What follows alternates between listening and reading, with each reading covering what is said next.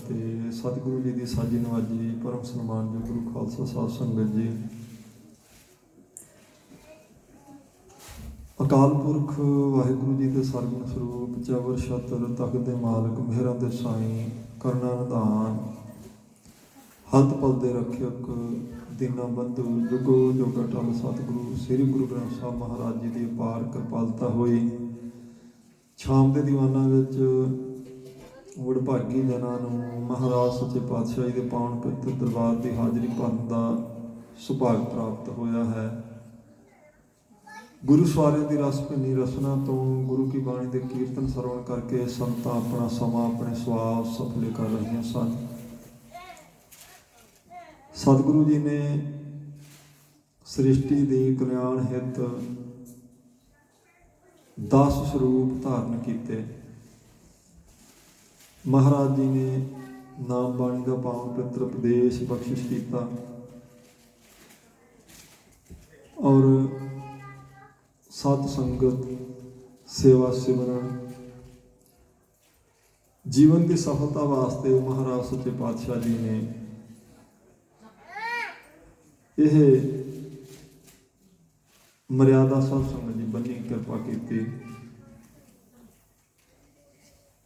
जिहड़ा मनुखी जीवन का मनोरथ है अकाल पुरख वाहिगुरु जी की बंदगी करनी, परमेश्वर की नेड़ता प्राप्त करनी, ये परमार्थक पक्ष है अपने जीवन का। संसारक पक्ष संसारी तौर पर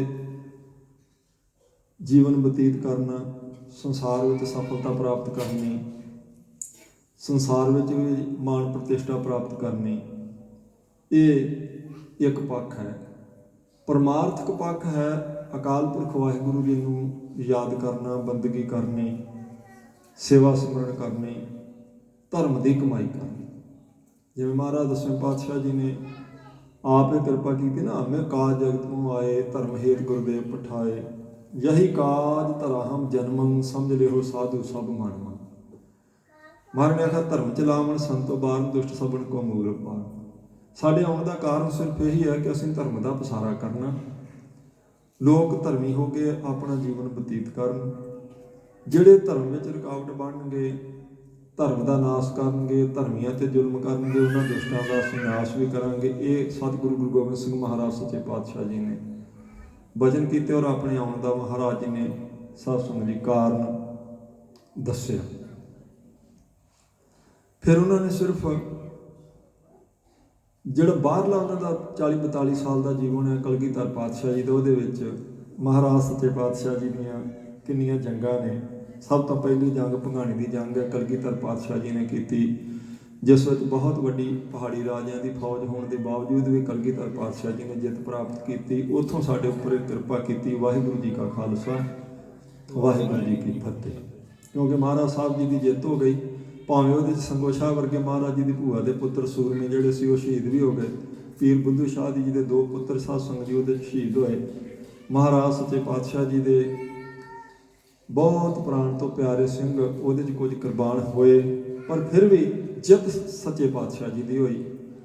ਸਾਰੇ ਸਿੰਘਾਂ ਨੇ ਖੁਸ਼ੀ ਨਾਲ ਆਖਿਆ ਮਹਾਰਾਜ ਆਪ ਜੀ ਦੀ ਜਿੱਤ ਹੋ ਗਈ ਜੀ। ਮਹਾਰਾਜ ਨੇ ਆਖਿਆ ਹਾਂ, ਦੇਖਣ ਨੂੰ ਇਹ ਹੈ ਵੀ ਜਿੱਤ ਸਾਡੀ ਹੋਈ, ਪਰ ਮਹਾਰਾਜ ਜੀ ਕਹਿੰਦੇ ਨੇ ਕਿਰਪਾ ਕਾਲ ਤੇਰੀ ਭਈ ਜੀਤ ਮੇਰੀ ਕਿਰਪਾ ਕਾਲ ਤੇਰੀ। ਇਹ ਮੇਰੀ ਜਿੱਤ ਹੋਈ ਆ ਪਰ ਕਿਰਪਾ ਅਕਾਲ ਪੁਰਖ ਵਾਹਿਗੁਰੂ ਦੀ ਹੈ। ਤੇ ਜੇ ਵਾਹਿਗੁਰੂ ਦੀ ਕਿਰਪਾ ਸਦਕਾ ਆਪਣੀ ਜਿੱਤ ਹੋਈ ਆ ਤੇ ਫਿਰ ਖਾਲਸਾ ਵਾਹਿਗੁਰੂ ਦਾ ਤੇ ਜਿੱਤ ਵੀ ਵਾਹਿਗੁਰੂ ਦੀ ਹੈ, ਫਤਿਹ ਵੀ ਵਾਹਿਗੁਰੂ ਦੀ ਹੈ। ਇਹ ਮਹਾਰਾਜ ਸੱਚੇ ਪਾਤਸ਼ਾਹ ਜੀ ਨੇ ਸਾਧ ਸੰਗਤ ਜੀ ਅਤ ਉਸ ਵੇਲੇ ਨਿਮਰਤਾ ਦੇ ਬਚਨ ਕੀਤੇ। ਨਹੀਂ ਤੇ ਜਿੰਨੇ ਵੀ ਪੀਰ ਪੈਗੰਬਰ ਅਵਤਾਰ ਅਵਲੀਏ ਅਵਤਾਰ ਸੰਸਾਰ ਤੇ ਆਏ, ਕਿਸੇ ਨੇ ਆਪਣੀ ਵਿਦਿਆ ਦੇ ਵਿੱਚ ਸਾਧ ਸੰਗਤ ਜੀ ਮਾਣ ਪ੍ਰਾਪਤ ਕੀਤਾ ਜਾਂ ਹੰਕਾਰ ਕੀਤਾ, ਕਿਸੇ ਨੇ ਆਪਣੀ ਸੂਰਬੀਰਤਾ ਦਾ ਕੀਤਾ, ਕਿਸੇ ਨੇ ਆਪਣੀ ਫੌਜਾਂ ਦਾ ਕੀਤਾ, ਕਿਸੇ ਨੇ ਆਪਣੇ ਧਨ ਦੌਲਤ ਦਾ ਕੀਤਾ, ਕਿਸੇ ਨੇ ਆਪਣੇ ਅਧਿਆਤਮਿਕ ਪੱਖ ਦਾ ਵੀ ਕੀਤਾ। ਪਰ ਇਹ ਕਲਗੀਧਰ ਪਾਤਸ਼ਾਹ ਜਿਨ੍ਹਾਂ ਨੇ ਆਖਿਆ ਮੈਂ ਹੂੰ ਪਰਮ ਪੁਰਖ ਕੋ ਦਾਸਾ ਦੇਖਣ ਆਇਓ ਜਗਤ ਤਮਾਸ਼ਾ। ਮੈਂ ਉਸ ਅਕਾਲ ਪੁਰਖ ਵਾਹਿਗੁਰੂ ਦਾ ਦਾਸ ਹਾਂ, ਮੈਂ ਸਿਰਫ ਜਗਤ ਤਮਾਸ਼ਾ ਦੇਖਣ ਵਾਸਤੇ ਆਇਆ। ਔਰ ਜਗਤ ਤਮਾਸ਼ਾ ਦੇਖਦਿਆਂ ਦੇਖਦਿਆਂ ਮਹਾਰਾਜ ਸੱਚੇ ਪਾਤਸ਼ਾਹ ਜੀ ਨੇ ਉਹ ਜਿਹੜੇ ਬਚਨ ਕੀਤੇ ਸਨ ਚੇਤਨਾ ਭਇਓ ਹਮਰੋ ਆਵਣ ਕੈ ਚੁਭੀ ਰਹੀ ਸਰੋਤ ਪ੍ਰਭ ਚਰਨਨ ਮੈਂ। ਉਹਦਾ ਵੀ ਨਾਲ ਮਹਾਰਾਜ ਸੱਚੇ ਪਾਤਸ਼ਾਹ ਜੀ ਨੇ ਇਹ ਪੂਰਾ ਸਬਕ ਦ੍ਰਿੜ ਕਰਵਾਇਆ। ਜੇ ਸਰਸਾ ਦਾ ਕਿਨਾਰਾ ਤੇ ਮਹਾਰਾਜ ਆਸਾ ਦੀ ਵਾਰ ਲਾਉਂਦੇ ਉੱਥੇ, ਜੇ ਚਮਕੌਰ ਦੀ ਗੜੀ ਹੈ ਤੇ ਸ਼ਾਮ ਨੂੰ ਰਹਿਰਾ ਸਾਹਿਬ ਜੀ ਦਾ ਪਾਠ ਕੀਤਾ ਜਾਂਦਾ ਹੈ, ਤਵਾਰੀਖ ਦੱਸਦੀ ਹੈ। ਕਿਉਂਕਿ ਜਿਹੜਾ ਪਰਮਾਰਥਕ ਪਾਠ ਹੈ ਨਾ, ਮਹਾਰਾਜ ਸੱਚੇ ਪਾਤਸ਼ਾਹ ਜੀ ਨੇ ਨਾਲ ਸਾਧ ਸੰਗਤ ਜੀ ਉਹਨੂੰ ਆਪਣੇ ਕੌਤਕਾਂ ਦੇ ਵਿੱਚ ਹਰ ਥਾਂ ਤੇ ਦ੍ਰਿੜ ਕਰਵਾਇਆ। ਗੁਰੂ ਗ੍ਰੰਥ ਸਾਹਿਬ ਮਹਾਰਾਜ ਸੱਚੇ ਪਾਤਸ਼ਾਹ ਜੀ ਦੀ ਸਾਰੀ ਬਾਣੀ ਦਾ ਜਿਹੜਾ ਸਿਧਾਂਤ ਹੈ ਉਹ ਨਾਮ ਦੇ ਬਾਣੀ ਦੇ ਦੁਆਲੇ ਹੀ ਘੁੰਮਦਾ ਵੀ ਤੂੰ ਆਇਓ ਸੁਣ ਪੜ੍ਹਨ ਕੋ ਬਾਣੀ, ਨਾਮ ਸਾਰ ਲੱਗਿਆ ਲਾਲਚ ਬਿਰਥਾ ਜਨਮ ਪ੍ਰਾਣੀ। ਤੂੰ ਬਾਣੀ ਪੜ੍ਹਨ ਸੁਣਨ ਵਾਸਤੇ ਆਇਆ। ਤੇਰਾ ਜੀਵਨ ਦਾ ਜਿਹੜਾ ਮਨੋਰਥ ਹੈ ਉਹ ਅਕਾਲ ਪੁਰਖ ਵਾਹਿਗੁਰੂ ਦੀ ਬੰਦਗੀ ਕਰਨਾ। ਬੰਦੇ ਬੰਦਗੀ ਇਖਤਿਆਰ, ਸਾਹਿਬ ਰੋਸ ਧਰੋ ਕੇ ਪਿਆਰ। ਕਰ ਬੰਦੇ ਤੂੰ ਬੰਦਗੀ ਜਿਚਰ ਘਟ ਮੈਂ ਸਾਹ। ਜਿੰਨੇ ਮਰਜੀ ਪ੍ਰਮਾਣ ਮਹਾਰਾਜ ਸਾਹਿਬ ਜੀ। ਫਿਰ ਪੰਜਵੇਂ ਪਾਤਸ਼ਾਹ ਦਾ ਇੱਕ ਬੜਾ ਪਿਆਰਾ ਬਚਨ ਉਹ ਕਹਿੰਦੇ, ਨੰਗਾ ਖੜ ਸ਼ਾਸਤਰ ਹੋਏ ਨਿਆਤਾ, ਪੂਰਕ ਕੁੰਭਕ ਰੇਚਕ ਕਰਮਾਤਾ। ਨੰਗੇ ਅੱਖਰ ਦੁਆਰਾ ਪੰਜਵੇਂ ਪਾਤਸ਼ਾਹ ਦਾ ਪਵਿੱਤਰ ਬਚਨ ਹੈ। ਉਹ ਕਹਿੰਦੇ ਨੰਗਾ ਖੜ ਸ਼ਾਸਤਰ ਹੋਏ ਨਿਆਤਾ। ਜੇ ਕੋਈ ਬੰਦਾ 6 ਸ਼ਾਸਤਰਾਂ ਦਾ ਗਿਆਤਾ ਹੋਵੇ, 6 ਸ਼ਾਸਤਰ ਉਹਨੇ ਪੜ੍ਹੇ ਹੋਣ, ਵਾਚੇ ਹੋਣ, ਜ਼ੁਬਾਨੀ ਕੰਠ ਵੀ ਕੀਤੇ ਹੋਣ। ਪੂਰਕ ਕੁੰਭਕ ਰੇਚਕ ਕਰਮਾਤਾ, ਸਿਰਫ 6 ਸ਼ਾਸਤਰ ਹੀ ਨਹੀਂ। ਮਹਾਰਾਜ ਕਹਿੰਦੇ ਉਹ ਪੂਰਕ ਕੁੰਭਕ ਤੇ ਰੇਚਕ ਇਹ ਕਰਮਾਂ ਵਿੱਚ ਵੀ ਪੂਰਾ ਉਹਨੇ ਸਫਲਤਾ ਹਾਸਲ ਕੀਤੀ ਹੋਵੇ। ਪੂਰਕ ਕੁੰਭਕ ਰੇਚਕ ਜੋਗ ਮਤ ਨਾਲ ਸੰਬੰਧ ਰੱਖਦੇ ਆ। ਖੱਬੇ ਪਾਸੇ ਤੋਂ ਸਵਾਸ ਉੱਪਰ ਲੈ ਕੇ ਜਾਣੇ ਉਹਨੂੰ ਕਹਿੰਦੇ ਪੂਰਕ। ਸੱਜੇ ਪਾਸੇ ਹੱਥ ਰੱਖ ਲੈਣਾ, ਖੱਬੇ ਪਾਸੇ ਸਵਾਸ ਉੱਪਰ ਖਿੱਚਣਾ, ਇਹ ਪੂਰਕ ਹੈ। ਫਿਰ ਇਹਨੂੰ ਥੋੜੀ ਦੇਰ ਲਈ ਰੋਕਣਾ, ਠਹਿਰਾਉਣਾ ਜਿਹਨੂੰ ਕਹਿੰਦੇ ਟਿਕਾਉਣਾ, ਇਹ ਕੁੰਭਕ ਅਖਵਾਉਂਦਾ। ਤੇ ਰੇਚਕ ਹੈ ਸੱਜੇ ਪਾਸਿਓਂ ਸਵਾਸ ਨੂੰ ਥੱਲੇ ਉਤਾਰਨਾ। ਕਹਿੰਦੇ ਇਹ ਵੀ ਜੋਗ ਮਤ ਦੇ ਵੀ ਇਹ ਕਿਰਿਆ ਸਾਰੀ ਕੋਈ ਕਰ ਸਕਦਾ ਹੋਵੇ, 6 ਸ਼ਾਸਤਰ ਵੀ ਉਹ ਜਾਣਦਾ ਹੋਵੇ ਚੰਗੀ ਤਰ੍ਹਾਂ। ਫਿਰ ਕਹਿੰਦੇ ਨੇ ਗਿਆਨ ਧਿਆਨ ਤੀਰਥ ਇਸ਼ਨਾਨੀ, ਸਮਾਧੀ ਲਾਉਣੀ ਵੀ ਜਾਣਦਾ ਹੋਵੇ, ਗਿਆਨ ਵੀ ਉਹਦੇ ਕੋਲ ਕਾਫੀ ਹੋਵੇ, ਤੀਰਥਾਂ ਤੇ ਇਸ਼ਨਾਨ ਵੀ ਕੀਤੇ ਹੋਣ ਉਹਨੇ ਔਰ ਕਰਦਾ ਹੋਵੇ। ਸੋਮ ਪਾਕ ਅਪਰਸ ਉਦਿਆਨੀ। ਸੋਮ ਪਾਕ ਦਾ ਅਰਥ ਹੈ ਸਵੰਗ ਪਾਕ, ਆਪੇ ਪ੍ਰਸ਼ਾਦਾ ਤਿਆਰ ਕਰਕੇ ਛਕਣ ਵਾਲਾ ਬੰਦਾ, ਜਿਹਨੇ ਕਿਸੇ ਨੂੰ ਆਪਣੇ ਪ੍ਰਸ਼ਾਦੇ ਨੂੰ, ਭੋਜਨ ਨੂੰ, ਨਾ ਕੱਚੇ ਨੂੰ ਨਾ ਪੱਕੇ ਨੂੰ ਹੱਥ ਨਹੀਂ ਲਾਉਣ ਦੇਣਾ। ਆਪ ਹੀ ਸਾਧ ਸੰਗਤ ਜੀ ਨੇ ਆਪਣਾ ਚੁੱਲ੍ਹਾ ਤਿਆਰ ਕਰਨਾ, ਆਪ ਉਹਨੇ ਅਨਾਜ ਸਾਰਾ ਧੋਣਾ, ਬਣਾਉਣਾ, ਤਿਆਰ ਕਰਨਾ, ਤਿਆਰ ਕਰਕੇ ਆਪ ਆਪਣੇ ਹੱਥੀਂ ਬਣਾ ਕੇ ਖਾਣ ਵਾਲੇ ਨੂੰ ਕਹਿੰਦੇ ਸੋਮ ਪਾਕ, ਸਵੈਮ ਪਾਕ। ਆਪ ਬਣਾ ਕੇ ਆਪਣੀ ਰਸੋਈ ਤਿਆਰ ਕਰਕੇ ਖਾਣ ਵਾਲਾ ਕਹਿੰਦੇ ਇੰਨਾ ਹੋਵੇ ਅਪਰਸ। ਤੇ ਕਿਸੇ ਨੂੰ ਆਪਣੇ ਸਰੀਰ ਦੇ ਕੱਪੜਿਆਂ ਨੂੰ ਵੀ ਆਉਂ ਸਪਰਸ਼ ਨਾ ਕਰ ਦਿੰਦਾ ਹੋਵੇ। ਸੋਮ ਪਾਕ ਅਪਰਸ ਉਦਿਆਨੀ। ਜੰਗਲਾਂ 'ਚ ਕਈ ਸਾਲ, ਉਦਿਆਨ ਜੰਗਲ ਨੂੰ ਕਹਿੰਦੇ, ਕਈ ਸਾਲ ਉਹਨੇ ਜੰਗਲਾਂ 'ਚ ਬਤੀਤ ਕੀਤੇ ਹੋਣ, ਇਸ ਤਰ੍ਹਾਂ ਦਾ ਵੀ ਉਹਦਾ ਹੋਵੇ।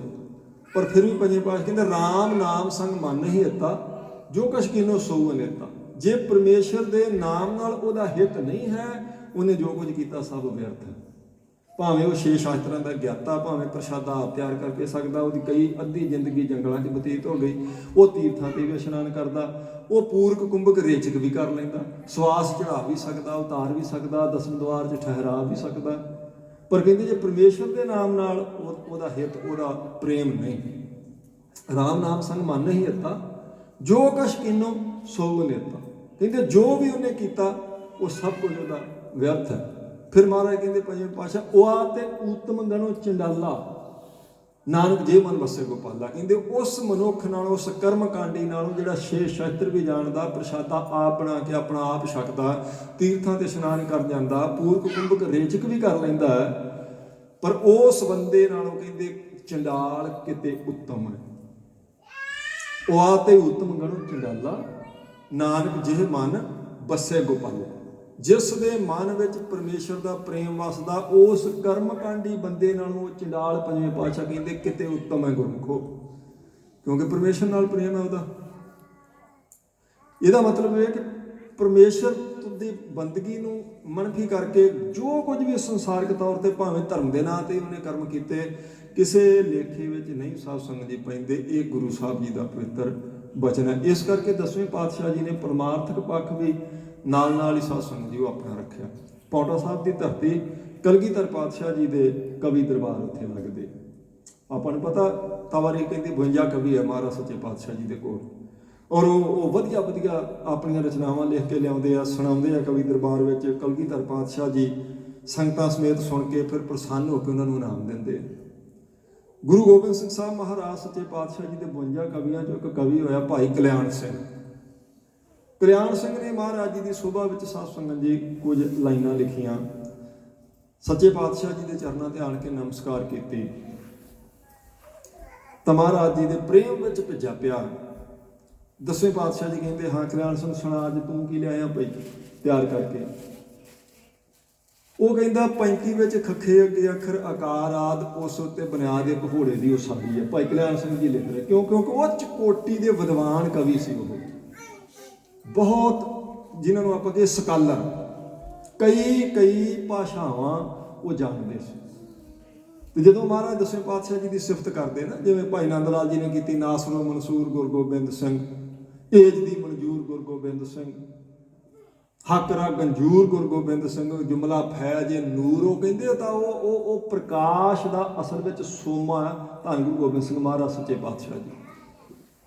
ਇਹ ਭਾਈ ਨੰਦ ਲਾਲ ਜੀ ਕਹਿੰਦੇ। ਇਵੇਂ ਭਾਈ ਕਲਿਆਣ ਸਿੰਘ ਜੀ ਸੱਚੇ ਪਾਤਸ਼ਾਹ ਜੀ ਦੀ ਸ਼ੋਭਾ ਕਰ ਰਹੇ ਪੌਂਟਾ ਸਾਹਿਬ ਦੀ ਧਰਤੀ ਤੇ। ਕਹਿੰਦੇ 35 ਵਿੱਚ ਖੱਖੇ ਅੱਗੇ ਅੱਖਰ ਆਕਾਰ ਆਦ, ਉਸ ਉੱਪਰ ਬੁਨਿਆਦ ਇੱਕ ਘੋੜੇ ਦੀ ਉਸਾਰੀ ਹੈ। 35 ਵਿੱਚ ਖੱਖੇ ਅੱਗੇ ਕਿਹੜਾ ਅੱਖਰ ਹੈ ਜੀ? ਗੱਗਾ।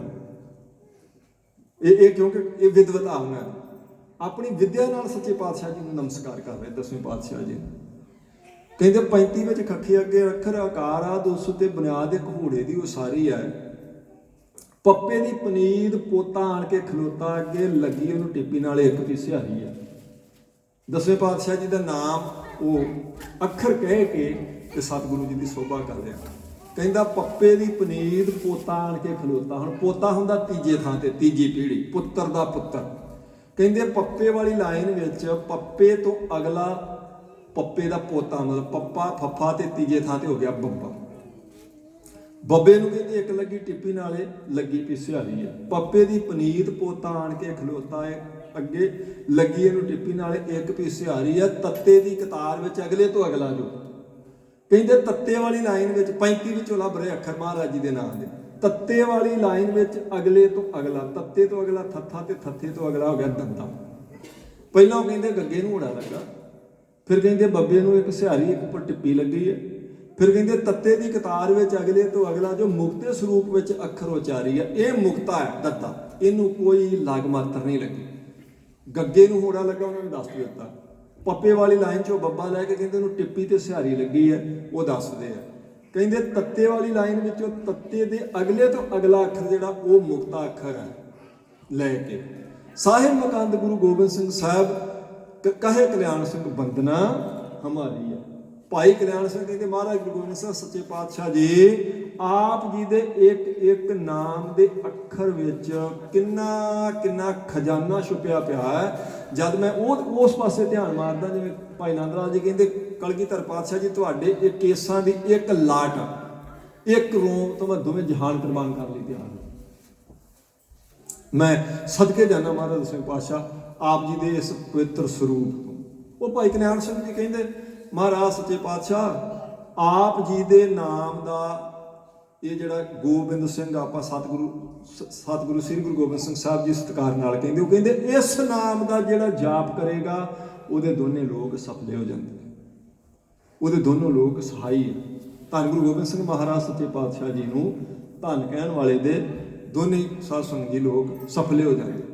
ਫਿਰ ਉਹਨਾਂ ਦੇ ਵਿਦਵਾਨਾਂ ਵਿੱਚ ਇੱਕ ਵਿਦਵਾਨ ਕਹਿੰਦਾ ਜੋਈ ਪਾਦ ਲక్ష్ਮੀ ਚਸਤ ਮੰਝ ਦੀਨਾਨਾਥ ਜੋਈ ਪਾਦ ਨਾਂਗੇ ਦੌਰੇ ਗਾਣੇ ਤੇ ਰਹੇ।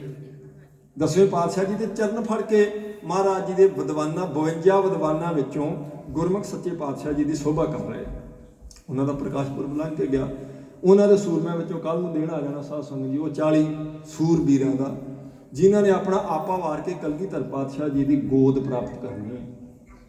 ਉਹਨਾਂ ਦੇ ਵਿਚਾਰ ਵੀ ਆਪਾਂ ਕੱਲ੍ਹ ਨੂੰ ਕਰਾਂਗੇ। ਸੋ ਉਹ ਕਿਉਂਕਿ ਕੱਲ੍ਹ ਨੂੰ ਮਾਘੀ ਦਾ ਦਿਨ ਹੈ ਤੇ 40 ਮੁਕਤਿਆਂ ਦੀ ਉਹ ਸ਼ਹੀਦੀ ਦਾ ਦਿਹਾੜਾ, ਜਿਨ੍ਹਾਂ ਨੂੰ ਕਲਗੀਧਰ ਪਾਤਸ਼ਾਹ ਜੀ ਨੇ ਆਪ ਆਖਿਆ ਸੀ ਇਹ ਮੇਰੇ 40 ਮੁਕਤੇ ਹੈ। ਉਹ ਸਤਿਗੁਰ ਸੱਚੇ ਪਾਤਸ਼ਾਹ ਜੀ ਦੀ ਸਾਧ ਸੰਗਤ ਦੀ ਕਿਰਪਾ ਦੇ ਕਿਵੇਂ ਪਾਤਰ ਬਣਦੇ ਆ, ਕਿਉਂਕਿ ਮਹਾਰਾਜ ਜੀ ਦੇ ਨਾਲ ਰਹੇ ਸਾਥੀ ਹੈ ਸੱਚੇ ਪਾਤਸ਼ਾਹ ਜੀ ਦੇ। ਉਹਨਾਂ ਨੇ ਗੁਰੂ ਗੋਬਿੰਦ ਸਿੰਘ ਮਹਾਰਾਜ ਸੱਚੇ ਪਾਤਸ਼ਾਹ ਜੀ ਦੀਆਂ ਬਖਸ਼ਾਂ ਦਾ ਮੀਂਹ ਪੈਂਦਾ ਅੱਖੀਂ ਤੱਕਿਆ ਔਰ ਉਹਨਾਂ ਨੂੰ ਭਾਵ ਵੀ ਕੀਤਾ। ਜੇ ਆਪਾਂ ਇਹ ਕਹਿੰਦੇ ਆ ਨਾ ਵੀ ਚਲੋ ਜੀ ਠੀਕ ਹੈ ਉਹਨਾਂ ਨੇ ਬਦਾਵਾ ਲਿਖ ਕੇ ਦੇ ਦਿੱਤਾ, ਕਬੀਰ ਸਾਹਿਬ ਨੇ ਉਵੇਂ ਨਹੀਂ ਆਖੋ, ਕਹਿੰਦੇ ਕਬੀਰ ਆਜੋ ਸੁਣਾਓ ਸਮੁੰਦਰ ਮੈਂ ਕਿਆ ਜਾਣੋ ਕਿਆ ਹੋਏ। ਇਸ ਲਈ ਕੋਈ ਦਾਵਾ ਕਰਕੇ ਨਹੀਂ ਕਹਿ ਸਕਦਾ ਵੀ ਮੈਂ ਕਦੀ ਡੋਲ ਨਹੀਂ ਸਕਦਾ ਜੀ। ਤੇ ਉਹ ਕਬੀਰ ਸਾਹਿਬ ਕਹਿੰਦੇ ਅਜੇ ਤਾਂ ਸਮੁੰਦਰ ਵਿੱਚ ਹੈ ਤੇਰੀ ਨਾਵ ਚੱਲ ਰਹੀ, ਕੀ ਪਤਾ ਹੁੰਦਾ ਕਿੱਥੇ ਕੀ ਹੋ ਜਾਣਾ। ਤੇ ਜੇ ਉਹ ਡੋਲੇ, ਉਹ ਡੋਲੇ ਜਿਹੜੇ ਕਈ ਮਹੀਨੇ ਦੀ ਭੁੱਖ ਕੱਟਣ ਵੇਲੇ ਵੀ ਮਹਾਰਾਜ ਜੀ ਦੇ ਨਾਲ ਰਹੇ, ਤੇ ਫਿਰ ਜਾ ਕੇ ਸਾਧ ਸੰਗਤ ਜੀ ਫਿਰ ਉਹ ਸੂਰਮੇ ਕਹਿੰਦੇ ਚਲੋ ਠੀਕ ਹੈ ਮਹਾਰਾਜ ਅਸੀਂ ਤੁਹਾਡੇ ਨਾਲ ਨਹੀਂ ਰਹਿ ਸਕਦੇ, ਕਿਉਂਕਿ ਭੁੱਖ ਦੇ ਦੁੱਖ ਨੇ ਸਤਾਇਆ। ਤੇ ਬਾਣੀ 'ਚ ਮਹਾਰਾਜ ਕਹਿੰਦੇ ਇੱਕ ਵਿਛੋੜਾ, ਇੱਕ ਦੁੱਖ ਭੂਖ, ਬੜਾ ਵੱਡਾ ਦੁੱਖ ਹੈ ਭੁੱਖ ਦਾ। ਵਿਛੋੜੇ ਦਾ ਦੁੱਖ ਵੀ ਬਹੁਤ ਸਾਧ ਸੰਗਤ ਜੀ ਇਹ ਭਿਆਨਕ ਹੈ, ਇਹ ਝੱਲਣਾ ਸੌਖਾ ਨਹੀਂ ਸੀ, ਪਰ ਭੁੱਖ ਦੇ ਦੁੱਖ ਨੇ ਸਤਾ ਦਿੱਤੇ। ਵੇਖਣਾ ਆਪਾਂ ਇਹ ਹੈ ਕਿ ਜਿਨ੍ਹਾਂ ਮਹਾਰਾਜ ਸੱਚੇ ਪਾਤਸ਼ਾਹ ਜੀ ਦੀ ਕਿਰਪਾ ਪ੍ਰਾਪਤ ਕੀਤੀ, ਉਹ ਗੁਰਮੁਖਾਂ ਨੂੰ ਆਪਾਂ ਕਿਸ ਨਜ਼ਰ ਨਾਲ ਦੇਖਦੇ ਹਾਂ ਤੇ ਉਹ ਸੱਚੇ ਪਾਤਸ਼ਾਹ ਜੀ ਨੂੰ ਕਿਸ ਤਰੀਕੇ ਨਾਲ ਦੇਖਦੇ ਸੀ। ਉਹ ਮਹਾਰਾਜ ਸੱਚੇ ਪਾਤਸ਼ਾਹ ਜੀ ਤੋਂ ਜੇ ਆ ਗਏ ਹੈ ਤਾਂ ਮੈਂ ਸਮਝਦਾ ਵੀ ਸੱਚੇ ਪਾਤਸ਼ਾਹ ਜੀ ਦਾ ਇੱਕ ਕੌਤਕ ਹੈ, ਕਿਉਂਕਿ ਜੇ ਆ ਗਏ ਤਾਂ ਮੁੜ ਕੇ ਵਾਪਸ ਆਉਂਦੇ ਤੇ ਕਲਗੀਧਰ ਪਾਤਸ਼ਾਹ ਦੱਸਦੇ ਹੈ ਵੀ ਮੈਂ ਆਪਣੇ ਪੁੱਤਰਾਂ ਦਾ ਆਪਣੇ ਕੋਲ ਦੀ ਲੰਘਦੇ ਸਾਹਿਬਜ਼ਾਦਾ ਅਜੀਤ ਸਿੰਘ ਤੇ ਜੁਝਾਰ ਸਿੰਘ ਦਾ ਆਪਣੇ ਕਮਰ ਕੱਸੇ ਨਾਲ ਮਹਾਰਾਜ ਨੇ ਮੂੰਹ ਸਾਫ਼ ਨਹੀਂ ਕੀਤਾ, ਲੇਕਿਨ ਭਾਈ ਮਾਨ ਸਿੰਘ ਦੇ ਸਮੇਤ ਸਾਰੇ ਜਿਹੜੇ ਬਾਕੀ 39 ਉਹਨਾਂ ਦਾ ਇਕੱਲੇ ਦਾ ਚਿਹਰਾ ਸਾਫ਼ ਕਰਦੇ ਦਸਵੇਂ ਪਾਤਸ਼ਾਹ ਜੀ ਆਪ ਕੋਲ ਬੈਠ ਕੇ ਇਕੱਲੇ ਦਾ, ਤੇ ਇਕੱਲੇ ਨੂੰ ਕਹਿ ਰਹੇ ਮੇਰਾ 5000 ਹੀ, ਮੇਰਾ 10,000 ਹੀ, ਮੇਰਾ 20,000 ਹੀ। ਉਹਦੇ ਪਿੱਛੇ ਕੋਈ ਕਾਰਨ ਕੰਮ ਕਰਦਾ। ਜੇ ਉਹ ਆ ਗਏ ਤੇ ਫਿਰ ਚਲੇ ਗਏ ਆ, ਪਰ ਗੁਰੂ ਕਿੰਨਾ ਸਮਰੱਥ ਹੈ, ਇਹ ਇਸ ਇੱਕ ਵੱਡੀ ਘਟਨਾ ਵਿੱਚੋਂ ਸਾਧ ਸੰਗਤ ਜੀ ਆਪਾਂ ਨੂੰ ਇੱਕ ਨੁਕਤਾ ਮਿਲ ਜਾਂਦਾ। ਮਹਾਰਾਜ ਸਾਹਿਬ ਜੀ ਉਹ ਗੁਰੂ ਸਾਹਿਬ ਜੀ ਦੀ ਸੋਭਾ ਉਹ ਮਹਾਰਾਜ ਜੀ ਦੀ ਹਜ਼ੂਰੀ 'ਚ ਰਹਿਣ ਵਾਲੇ ਸੇਵ ਕਰਦੇ। ਉਹ ਕਹਿੰਦੇ ਜੋਈ ਪਾਦ ਲక్ష్ਮੀ ਚਸਤ ਮਝ ਦੀਨਾਨਾਥ, ਜੋਈ ਪਾਦ ਨਾਂਗੇ ਦੌਰੇ ਗਣ ਹਿਤ ਹੇਰੇ ਹੈ, ਜੋਈ पाद गौतम की नार को सुखद पए, जोई पाद माचकी के पाछे पए चेरे हैं, जोई पाद ऋषि मुनि सब सेवत है, जोई पाद काजी ने पकड़ कर फेरे हैं, साहिब मकान गुरु गोबिंद सिंह महाराज खोज खोज दुखे सोई पाद तेरे हैं। पाद ਦਾ ਅਰਥ ਹੁੰਦਾ ਚਰਨ। ਮਹਾਰਾਜ ਦਸਵੇਂ ਪਾਤਸ਼ਾਹ ਜੀ ਦੇ ਚਰਨਾਂ ਦੀ ਸ਼ੋਭਾ ਕਰ ਰਹੇ ਆ ਗੁਰਮੁਖ ਵਿਦਵਾਨ। ਉਹ ਕਹਿੰਦੇ ਮਹਾਰਾਜ ਜੀ ਉਹ ਚਰਨ ਆਪ ਜੀ ਦੇ ਜਿਹੜੇ ਕਦੀ ਚਲੇ ਗਏ ਸੀ ਹਾਥੀ ਨੂੰ ਛਡਾਉਣ ਵਾਸਤੇ, ਜਦੋਂ ਤੰਦੂਏ ਨੇ ਪਕੜਿਆ ਸੀ ਤੇ ਹਾਥੀ ਨੇ ਪੁਕਾਰ ਕੀਤੀ। ਇਹ ਮਹਾਰਾਜ ਆਪ ਜੀ, ਕਿਉਂਕਿ ਗੁਰੂ ਸਾਹਿਬ ਸਾਧ ਸੰਗਤ ਜੀ ਸਮਰੱਥ ਹੈ। ਜੇ ਸ਼ਿਵਦੱਤ ਪੰਡਿਤ ਗੰਗਾ ਦੇ ਕਿਨਾਰੇ ਤੇ ਬੈਠਾ ਕਹਿੰਦਾ ਵੀ ਸ਼ੋਭਾ ਤਾਂ ਬਹੁਤ ਸੋਹਣੀ ਹੈ ਬਾਲਾ ਪ੍ਰੀਤਮ ਜੀ ਦੀ, ਲੇਕਿਨ ਮੈਨੂੰ ਮੇਰੇ ਇਸ਼ਟ ਦੇ ਰੂਪ ਵਿੱਚ ਦਰਸ਼ਨ ਦੇਣ ਤਾਂ ਮੈਂ ਮੰਨ ਲਾਂਗਾ, ਤਾਂ ਗੁਰੂ ਸਾਹਿਬ ਜੀ ਉਹਨੂੰ ਉਹਦੇ ਇਸ਼ਟ ਦੇ ਰੂਪ 'ਚ ਦਰਸ਼ਨ ਦੇ ਰਹੇ। ਉਵੇਂ ਨਹੀਂ ਸੀ ਪਿੱਛੇ ਤੁਰਿਆ ਫਿਰਦਾ ਬਜ਼ੁਰਗ ਸ਼ਿਵਦੱਤ। ਮਹਾਰਾਜ ਸੱਚੇ ਪਾਤਸ਼ਾਹ ਜੀ ਦੇ ਪਿੱਛੇ ਸਾਰਾ ਦਿਨ ਫਿਰਦਾ ਰਹਿੰਦਾ ਸੀ। ਤੁਸੀਂ ਮਹਾਰਾਜ ਦਾ ਗੁਰਪੁਰਬ ਲੰਘ ਕੇ ਗਿਆ ਗੁਰਮੁਖਾਂ ਤੋਂ ਸੁਣਿਆ ਹੋਣਾ ਇਤਿਹਾਸ, ਭਈ ਉਹ ਬਹੁਤ ਵੱਡੇ ਜਗੀਰਦਾਰ ਜਿਹਨੂੰ ਰਾਜਾ ਕਰਕੇ ਕਹਿੰਦੇ, ਰਾਜਾ ਫਤਿਹ ਚੰਦ ਮੈਣੀ ਉਹਦੀ ਗੋਤ ਆ, ਉਹਨਾਂ ਦੇ ਕੁਲ ਦਾ ਉਹ ਸਤਿਕਾਰਯੋਗ ਸਾਧ ਸੰਗਤ ਦੀ ਪੁਰੋਹਿਤ ਹੈ। ਸਾਰੀ ਪੂਜਾ ਪ੍ਰਤਿਸ਼ਠਾ ਉਹਦੇ ਤੋਂ ਕਰਾਉਂਦੇ। ਉਹਨੂੰ ਹੀ ਉਹਨਾਂ ਨੇ ਆਖਿਆ ਸੀ ਵੀ ਤੁਸੀਂ ਕੁਝ ਕਰੋ। ਤੁਹਾਨੂੰ ਅੱਗੇ ਵੀ 2-3 ਵਾਰੀ ਬੇਨਤੀ ਕੀਤੀ, ਤੁਸੀਂ ਬਹੁਤ ਗੁਰਮੁਖ ਹੈ, ਕਿਉਂਕਿ ਜੁੜਦਾ ਸੀ ਨਾ ਰੋਜ਼ ਧਿਆਨ 'ਚ, ਗੰਗਾ ਦੇ ਕਿਨਾਰੇ ਜਾ ਕੇ ਬੈਠ ਕੇ ਜੁੜਦਾ ਸੀ ਸ਼ਿਵਦੱਤ। ਤਾਂ ਉਹ ਕਹਿ ਰਹੇ ਆ ਰਾਜਾ ਫਤਿਹ ਚੰਦ ਤੇ ਉਹਦੀ ਇਸਤਰੀ ਰਾਣੀ ਮੈਣੀ ਵਸੁੰਧਰਾ ਦੇਵੀ, ਉਹ ਸ਼ਿਵਦੱਤ ਦੇਖੋ ਕੀ ਕਹਿ ਰਿਹਾ। ਉਹ ਕਹਿੰਦਾ ਠੀਕ ਹੈ, ਤੁਹਾਡੇ ਲਈ ਮੈਂ ਬਹੁਤ ਸਤਿਕਾਰਯੋਗ ਹਾਂ, ਤੁਸੀਂ ਮੈਨੂੰ ਧਰਮੀ ਕਹਿ ਕੇ ਇਹ ਕਹਿ ਰਹੇ ਜੇ ਵੀ ਸਾਡੇ ਘਰੇ ਔਲਾਦ ਹੋਣੀ ਚਾਹੀਦੀ, ਲੇਕਿਨ ਮੈਂ ਤੁਹਾਨੂੰ ਕਹਿਣਾ ਵੀ ਕਿਰਪਾ ਕਰਨ ਵਾਲਾ ਤਾਂ ਪਟਨਾ ਸਾਹਿਬ ਦੀਆਂ ਗਲੀਆਂ 'ਚ ਤੁਰਿਆ ਫਿਰਦਾ। ਤੁਸੀਂ ਮਹਾਰਾਜ ਦਸਵੇਂ ਪਾਤਸ਼ਾਹ ਜੀ ਬਾਲਾ ਪ੍ਰੀਤਮ ਕਹਿੰਦੇ ਸੀ, ਉਦੋਂ ਅਸੀਂ ਸਤਿਕਾਰ ਨਾਲ ਨਾਂ ਲੈਂਦੇ ਹਾਂ, ਵੀ ਤੁਸੀਂ ਉਹਨਾਂ ਨੂੰ ਕਿਉਂ ਨਹੀਂ ਬੇਨਤੀ ਕਰਦੇ? ਉਹ ਕਹਿੰਦੇ ਫਿਰ ਤੁਸੀਂ ਦੱਸੋ ਕਿਵੇਂ ਬੇਨਤੀ ਕਰੀਏ? ਸ਼ਿਵਦੱਤ ਕਹਿੰਦਾ ਜਿਵੇਂ ਮੈਂ ਕੀਤੀ, ਮੈਂ ਉਹਨਾਂ ਦੀ ਕੋਈ ਭੇਟਾ ਲੈ ਕੇ ਨਹੀਂ ਗਿਆ, ਮੈਂ ਬੈਠ ਕੇ ਚੇਤੇ ਕੀਤਾ ਵੀ ਜੇ ਮਹਾਰਾਜ ਵਾਕਿਆ ਗੁਰੂ ਤੇਗ ਬਹਾਦਰ ਸਾਹਿਬ ਜੀ ਦੇ ਸਾਹਿਬਜ਼ਾਦਾ ਜੀ ਕਹਿੰਦੇ ਤੁਸੀਂ ਉਹੀ ਗੁਰੂ ਨਾਨਕ ਪਾਤਸ਼ਾਹ ਜੀ ਦੀ ਜੋਤ ਦੇ ਵਾਰਸ ਗੁਰੂ ਤੇਗ ਬਹਾਦਰ ਸਾਹਿਬ ਜੀ ਦੇ ਸਾਹਿਬਜ਼ਾਦੇ ਤੁਹਾਡੇ 'ਚ ਪ੍ਰਤੱਖ ਕਲਾ ਵਰਤਦੀ ਹੈ, ਤੇ ਮੈਨੂੰ ਮੇਰੇ ਇਸ਼ਟ ਦੇ ਰੂਪ ਵਿੱਚ ਦਰਸ਼ਨ ਦੇ ਦਿਓ। ਉਹਨਾਂ ਨੇ ਮੈਨੂੰ ਮੇਰੇ ਇਸ਼ਟ ਦੇ ਰੂਪ ਵਿੱਚ ਦਰਸ਼ਨ ਦਿੱਤੇ ਆ। ਤੁਸੀਂ ਆਪਣੇ ਘਰੇ ਬੈਠ ਕੇ ਚੇਤੇ ਕਰੋ, ਤੁਹਾਡੇ ਉੱਪਰ ਵੀ ਉਹ ਘਰੇ ਆਣ ਕੇ ਕਿਰਪਾ ਕਰ ਦੇਣਗੇ। ਤੇ ਉਹ ਵਾਕਿਆ ਕੀਤੀ ਸਾਧ ਸੰਗਤ ਜੀ।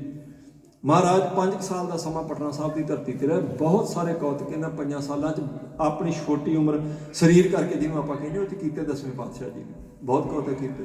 ਉਹ ਬੈਠੀ ਸੀ ਨਾ ਰਾਣੀ, ਨੇਤਰ ਬੰਦ ਕਰਕੇ ਬੈਠੀ ਚੇਤੇ ਕਰ ਰਹੀ ਪ੍ਰੇਮ ਵਿੱਚ, ਤਾਂ ਕਲਗੀਧਰ ਪਾਤਸ਼ਾਹ ਜੀ ਆਪਣੇ ਹਾਣੀਆਂ ਸਮੇਤ ਗਏ, ਗੋਦ ਵਿੱਚ ਜਾ ਕੇ ਉਹਦੀ ਬਹਿ ਕੇ ਉਹਨੂੰ ਕਹਿੰਦੇ ਮਾਂ ਅੱਖਾਂ ਖੋਲ। ਤਾਂ ਉਹਨੂੰ ਐਵੇਂ ਲੱਗਿਆ ਵੀ ਜਿਵੇਂ ਮੈਂ ਧਿਆਨ 'ਚ ਜੁੜੀ ਹੈ, ਤੇ ਧਿਆਨ ਵਿੱਚ ਹੀ ਆਵਾਜ਼ ਮੈਨੂੰ ਆਈ ਹੈ। ਬਹੁਤ ਆਨੰਦ ਵਾਲੀ ਸੀ ਉਹ ਆਵਾਜ਼। ਪਰ ਕਹਿੰਦੇ ਦੂਜੀ ਵਾਰ ਫਿਰ ਦਸਵੇਂ ਪਾਤਸ਼ਾਹ ਨੇ ਆਖਿਆ ਮਾਂ ਅਸੀਂ ਤੇਰੀ ਗੋਦ 'ਚ ਬੈਠੇ ਹਾਂ, ਨੇਤਰ ਖੋਲੋ। ਤੇ ਜਦੋਂ ਖੋਲ ਕੇ ਵੇਖਿਆ ਤੇ ਕਲਗੀਧਰ ਪਾਤਸ਼ਾਹ ਜੀ ਸੀ ਗੋਦ ਵਿੱਚ। ਨਿਹਾਲ ਹੀ ਹੋ ਗਈ। ਕੁੱਟ ਕੇ ਮਹਾਰਾਜ ਨੂੰ ਆਪਣੇ ਉਹਨੇ ਸੀਨੇ ਨਾਲ ਲਾ ਲਿਆ। ਉਹਨੇ ਕਿਹਾ ਇੱਕ ਵਾਰੀ ਫੇਰ ਆਖੋ। ਉਹਨੇ ਕਿਹਾ ਮਾਂ ਅਸੀਂ ਤੇ ਆਏ ਤੇਰੇ ਕੋਲ ਬੈਠੇ ਆ, ਤੁਸੀਂ ਸਾਨੂੰ ਯਾਦ ਕਰਦੇ, ਚਲੋ ਦੱਸੋ ਫਿਰ ਕੀ ਚਾਹੀਦਾ ਤੁਹਾਨੂੰ। ਆਖਿਆ ਮਹਾਰਾਜ ਸਾਹਿਬ ਜੀ ਨੇ, ਜੇ ਭਾਈ ਮਹਾਂ ਸਿੰਘ ਨੂੰ ਕਹਿੰਦੇ ਦੱਸ ਭਾਈ ਮਹਾਂ ਸਿੰਘ ਤੈਨੂੰ ਕੀ ਚਾਹੀਦਾ, ਅੱਜ ਬੋਲ ਕੁਝ ਨਹੀਂ। ਮਹਾਰਾਜ ਦਸਵੇਂ ਪਾਤਸ਼ਾਹ ਜੀ ਉਹਦੀ ਗੋਦ 'ਚ ਬੈਠੇ ਆ, ਤਾਂ ਉਹਨੂੰ ਕਹਿੰਦੇ ਵੀ ਦੱਸੋ ਕਿਉਂ ਚੇਤੇ ਕਰ, ਕੀ ਚਾਹੀਦਾ। ਹੁਣ ਹੈਰਾਨੀ ਦੀ ਗੱਲ ਹੈ, ਜਿਹੜੀ ਇਹ ਕਹਿੰਦੀ ਸੀ ਵੀ ਮੈਂ ਕੋਈ ਮੈਨੂੰ ਮਾਂ ਆਖਣ ਵਾਲਾ ਮੇਰੇ ਘਰੇ ਪੈਦਾ ਹੋਵੇ। ਦਸਵੇਂ ਪਾਤਸ਼ਾਹ ਸ਼ਿਵਦੱਤ ਨੇ ਆਖਿਆ ਤੁਸੀਂ ਮਹਾਰਾਜ ਆਉਣਗੇ ਬਾਲਾ ਪ੍ਰੀਤ ਨੂੰ, ਤੁਸੀਂ ਉਹਨਾਂ ਤੋਂ ਮੰਗ ਲਿਓ। ਦਸਵੇਂ ਪਾਤਸ਼ਾਹ ਖੁਦ ਕਹਿ ਰਹੇ ਆ ਵੀ ਦੱਸੋ ਤੁਸੀਂ ਸਾਨੂੰ ਚੇਤੇ ਕਰਦੇ ਕੀ ਦੇਈਏ। ਤਾਂ ਹੁਣ ਉਹਨੇ ਕਿਹਾ ਬਸ ਮੇਰੇ ਸੀਨੇ ਨੂੰ ਠੰਡ ਪੈ ਗਈ। ਇਹ ਹਕੀਕਤ ਹੈ ਸਾਧ ਸੰਗਤ ਜੀ ਵੀ ਕਲਗੀਧਰ ਪਾਤਸ਼ਾਹ ਜੀ ਤੋਂ ਉਹ ਜੋ ਮੰਗਦੀ ਜੇ ਮਹਾਰਾਜ ਨੇ ਆਖਿਆ ਦੱਸੋ ਕੀ ਦੇਈਏ, ਤੇ ਉਹ ਹੀ ਉਹਨੂੰ ਮਿਲਦਾ, ਇਹ 'ਚ ਕੋਈ ਸ਼ੱਕ ਨਹੀਂ ਹੈਗਾ।